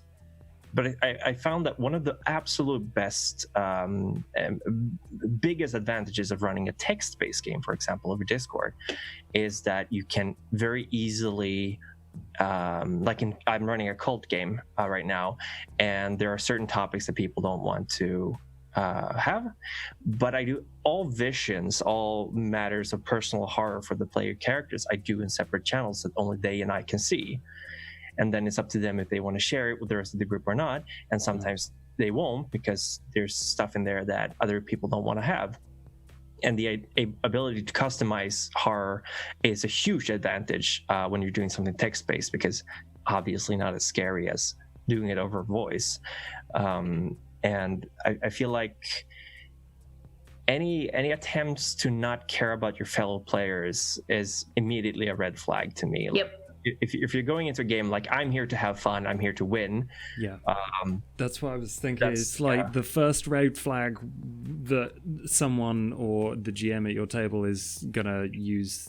The first red flag is not going to be you displaying your lines of veil system or whatever safety thing you're discussing. It's probably going to have some warning signs before that. Yeah. And as Kaylee Evil is saying in the chat, I think it was, not every game is for every player. If the whole group but you want to run something, okay, at least they're being open about it. First of all, that's huge. There's plenty of other games out there, and there's really no shame in going out of a game because it doesn't make you feel comfortable. Sorry. I think that's really important to talk about, because a lot of people get very offended if a game isn't for them. And I think it goes back to that geek social fallacy that we were talking about earlier, is that ostracizers are evil. So if friends do everything together. Yep, exactly. So it's this idea that if a game isn't for you, then you either have to stay in that game and suffer it out because there are, your friends are in that game and therefore that's how you're going to see your friends. Yeah. Or you bow out and then you're ostracized and then you're mad at them and then it becomes this whole thing. Like, I've seen people in vampire LARPs who described their storyteller casually as like an abusive boyfriend that they couldn't get rid of, but they kept going to the LARP because that was how they got in their role play. And I'm like, you don't have to do that. No, exactly. You could do something else. Yeah. And I think it's bringing this awareness to people, I think, is worth so much more than the ire of the occasional person who writes a long review on Drive-Thru-RPGs claiming how this is ruining their game. Yeah. I think that's a casualty we'll have to live with. Alas. But hopefully a lot of people will at least see the potential in it. Like, again, don't have to use this kind of stuff if you don't want to, but it's there for a reason. It's useful. I think we have to start rounding up, unfortunately, because we usually only do 2-hour episodes. But is there anything else any of you want to bring up, like an example or finishing words? I've had the great luck of playing with you guys who are, super awesome. So I never felt uncomfortable at any time. But it makes me a sad. I don't know if sad's the right word, but that's the word I'm going to use. That there are people who have been, people probably who are already traumatized and having been re-traumatized, just trying to play a game and have fun. Yeah. It makes me sad. Yeah. Yeah. So I'm glad there are these safety rules, and I'm glad we're living in a time where people are actually, I know not everyone, but are actually trying to take considerations for people. And I just bumped my microphone. Fine. I also want to resemble those remarks. It's a great pleasure to have been playing with the people I have been, but also knowing that at any point, if I'm like, everyone will be able to respect that, and finding the people that you can have that kind of comfort with is super important, and everyone, I hope, finds that group in their life. It would be wonderful. So, that's something that I, as someone who has done safety design on several games, just really wants for everyone in the world right now, is that you just have that group that you feel comfortable and safe and seen in. That's all I want. Yeah, I agree. Having a good time. Yeah, and for the love of God, if there's something in your game that's bothering you, talk with Say something, please. Yeah, speak up. Yeah. Nobody, okay, I can't guarantee that nobody's going to get mad, but everyone is going to feel much better about it afterwards. Also, if someone gets mad, that's probably a good sign. Exactly. Yeah. But it's not going to improve if you don't say anything. And role-playing is not supposed to be suffering for you. It's supposed to be suffering for your characters. Or your players' characters if you're the storyteller. Only if they consented to that. Exactly. Yes. All right. And I think we all learned that thorouh today. It was extremely enlightening. Yeah. Thank you for joining us. Yeah. My pleasure. Thank you for having me. Yeah, this is great. If you guys want to find me on Twitter, I'm at RuffleJax. You can also find me at JacquelineBryk.design, which is my professional website. And please follow me on the Twitters. Yeah, absolutely. I post about a lot of stuff. Yeah, Animal Crossing more recently I've been following. Oh, yeah. I've fallen deep into that pit as well. I'm the only one who hasn't, apparently. I know nothing about Animal Crossing. Come to my island. I have cherries. If anyone, I have cherries too. I'm too cheap to pay for online gaming. I'm sorry. I got the 7-day free trial because my Twitch Prime thing ran out. Nice. I'm sorry. Thank you everyone for watching, and the VOD or the VOD will be available in roughly a week on my channel on YouTube. It's available here as well, obviously, so subscribe to Josh to watch it right away if you missed the beginning. And we will hopefully be back soon, sooner than between this episode and the last, and however many months that is. I was about to say the same thing. Yeah. We will be, some of us at least, will be at Virtual HorrorCon this weekend, which you should come watch streams on. I think I'm actually on a panel with Chris. I'm not sure though. I think so. I think you two are on a panel. Dragging Lovecraft into the 21st. No, I'm not on that one. And it's the future of V5? No. I'm on... boo. I'm on... Actually, why don't you tell people what you're on, and I'll tell people what I'm on. Well, those two are the ones I'm going to be on. Dragging Lovecraft into the 21st century, Screaming and Kicking, I believe, and the future of Vampire the Masquerade V5. That's fun. Yeah, I'm on Tone and Atmosphere in Horror, Horror in LARP, and Safety and Consent in Horror Gaming. Awesome. Yeah. Looking forward to watching those. And hell yeah. Will you be running any games as well? I did offer to run a digital LARP as we know it, but I haven't seen it on the schedule, so I don't know if that's happening. They've had so many games. Like I was lucky I got in very early. I'm going to be running 2 cult games. Nice. Yeah, like I was talking about in the beginning. I'm just going to make sure that I have backups just in case there's something that somebody is going to be worried about. But I got time to prepare for that. It's only 5 days. You can do it. I believe in you. I hope so. Huddy, where can we find you? Pardon? Where can we find you and all your amazing stuff that you do? Yeah. Oh, I'm like, I'm not going to be at Virtual HorrorCon. I'll be watching. That's all I'll be doing. But I'm on YouTube. I don't do Twitch, even though Josh thinks that I should do Twitch. And You should. According to Vampire Masquerade stuff, I do Masquerade Monday every Monday. Lately, I've been recapping LA by Night videos, which are doing quite well on my channel, and people seem to really like them. They like them so much, I put a poll out saying, don't you guys just want me to condense all 5 one-hour epilogues into one video? And like 80% of them said, no, I want a video for every epilogue. Oh, yeah. So, that's me. That's what I do. Hooray. Perfect. And I am Josh. If you're watching this right now, you're either on Primogen's channel or on my Twitch channel, so follow me there. Right after this, you will be able to find me in like an hour over on Daddy Sheepdo on Twitch. We're playing Vampire 5th Edition, game called Scientist. Nice. Yay. Which is really exciting, and we are in a state of tumult and turf wars. Oh boy. Nice. It is I love it. pretty intense, and I hope everyone enjoys. So catch me there. That's really exciting. On Strange Adventures on YouTube, where I released a video, like I was saying earlier, about that includes lines and veils as a tool for session zeros, but in general, how to, as a beginner player, start your first vampire campaign, if that's something you're interested with help with. So yeah, go there or don't. That's fine. Go there. Do it.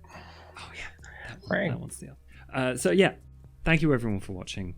Hopefully Yes, thank you. Thank you. Thank you. Bye-bye. Bye, Bye. everybody. Bye.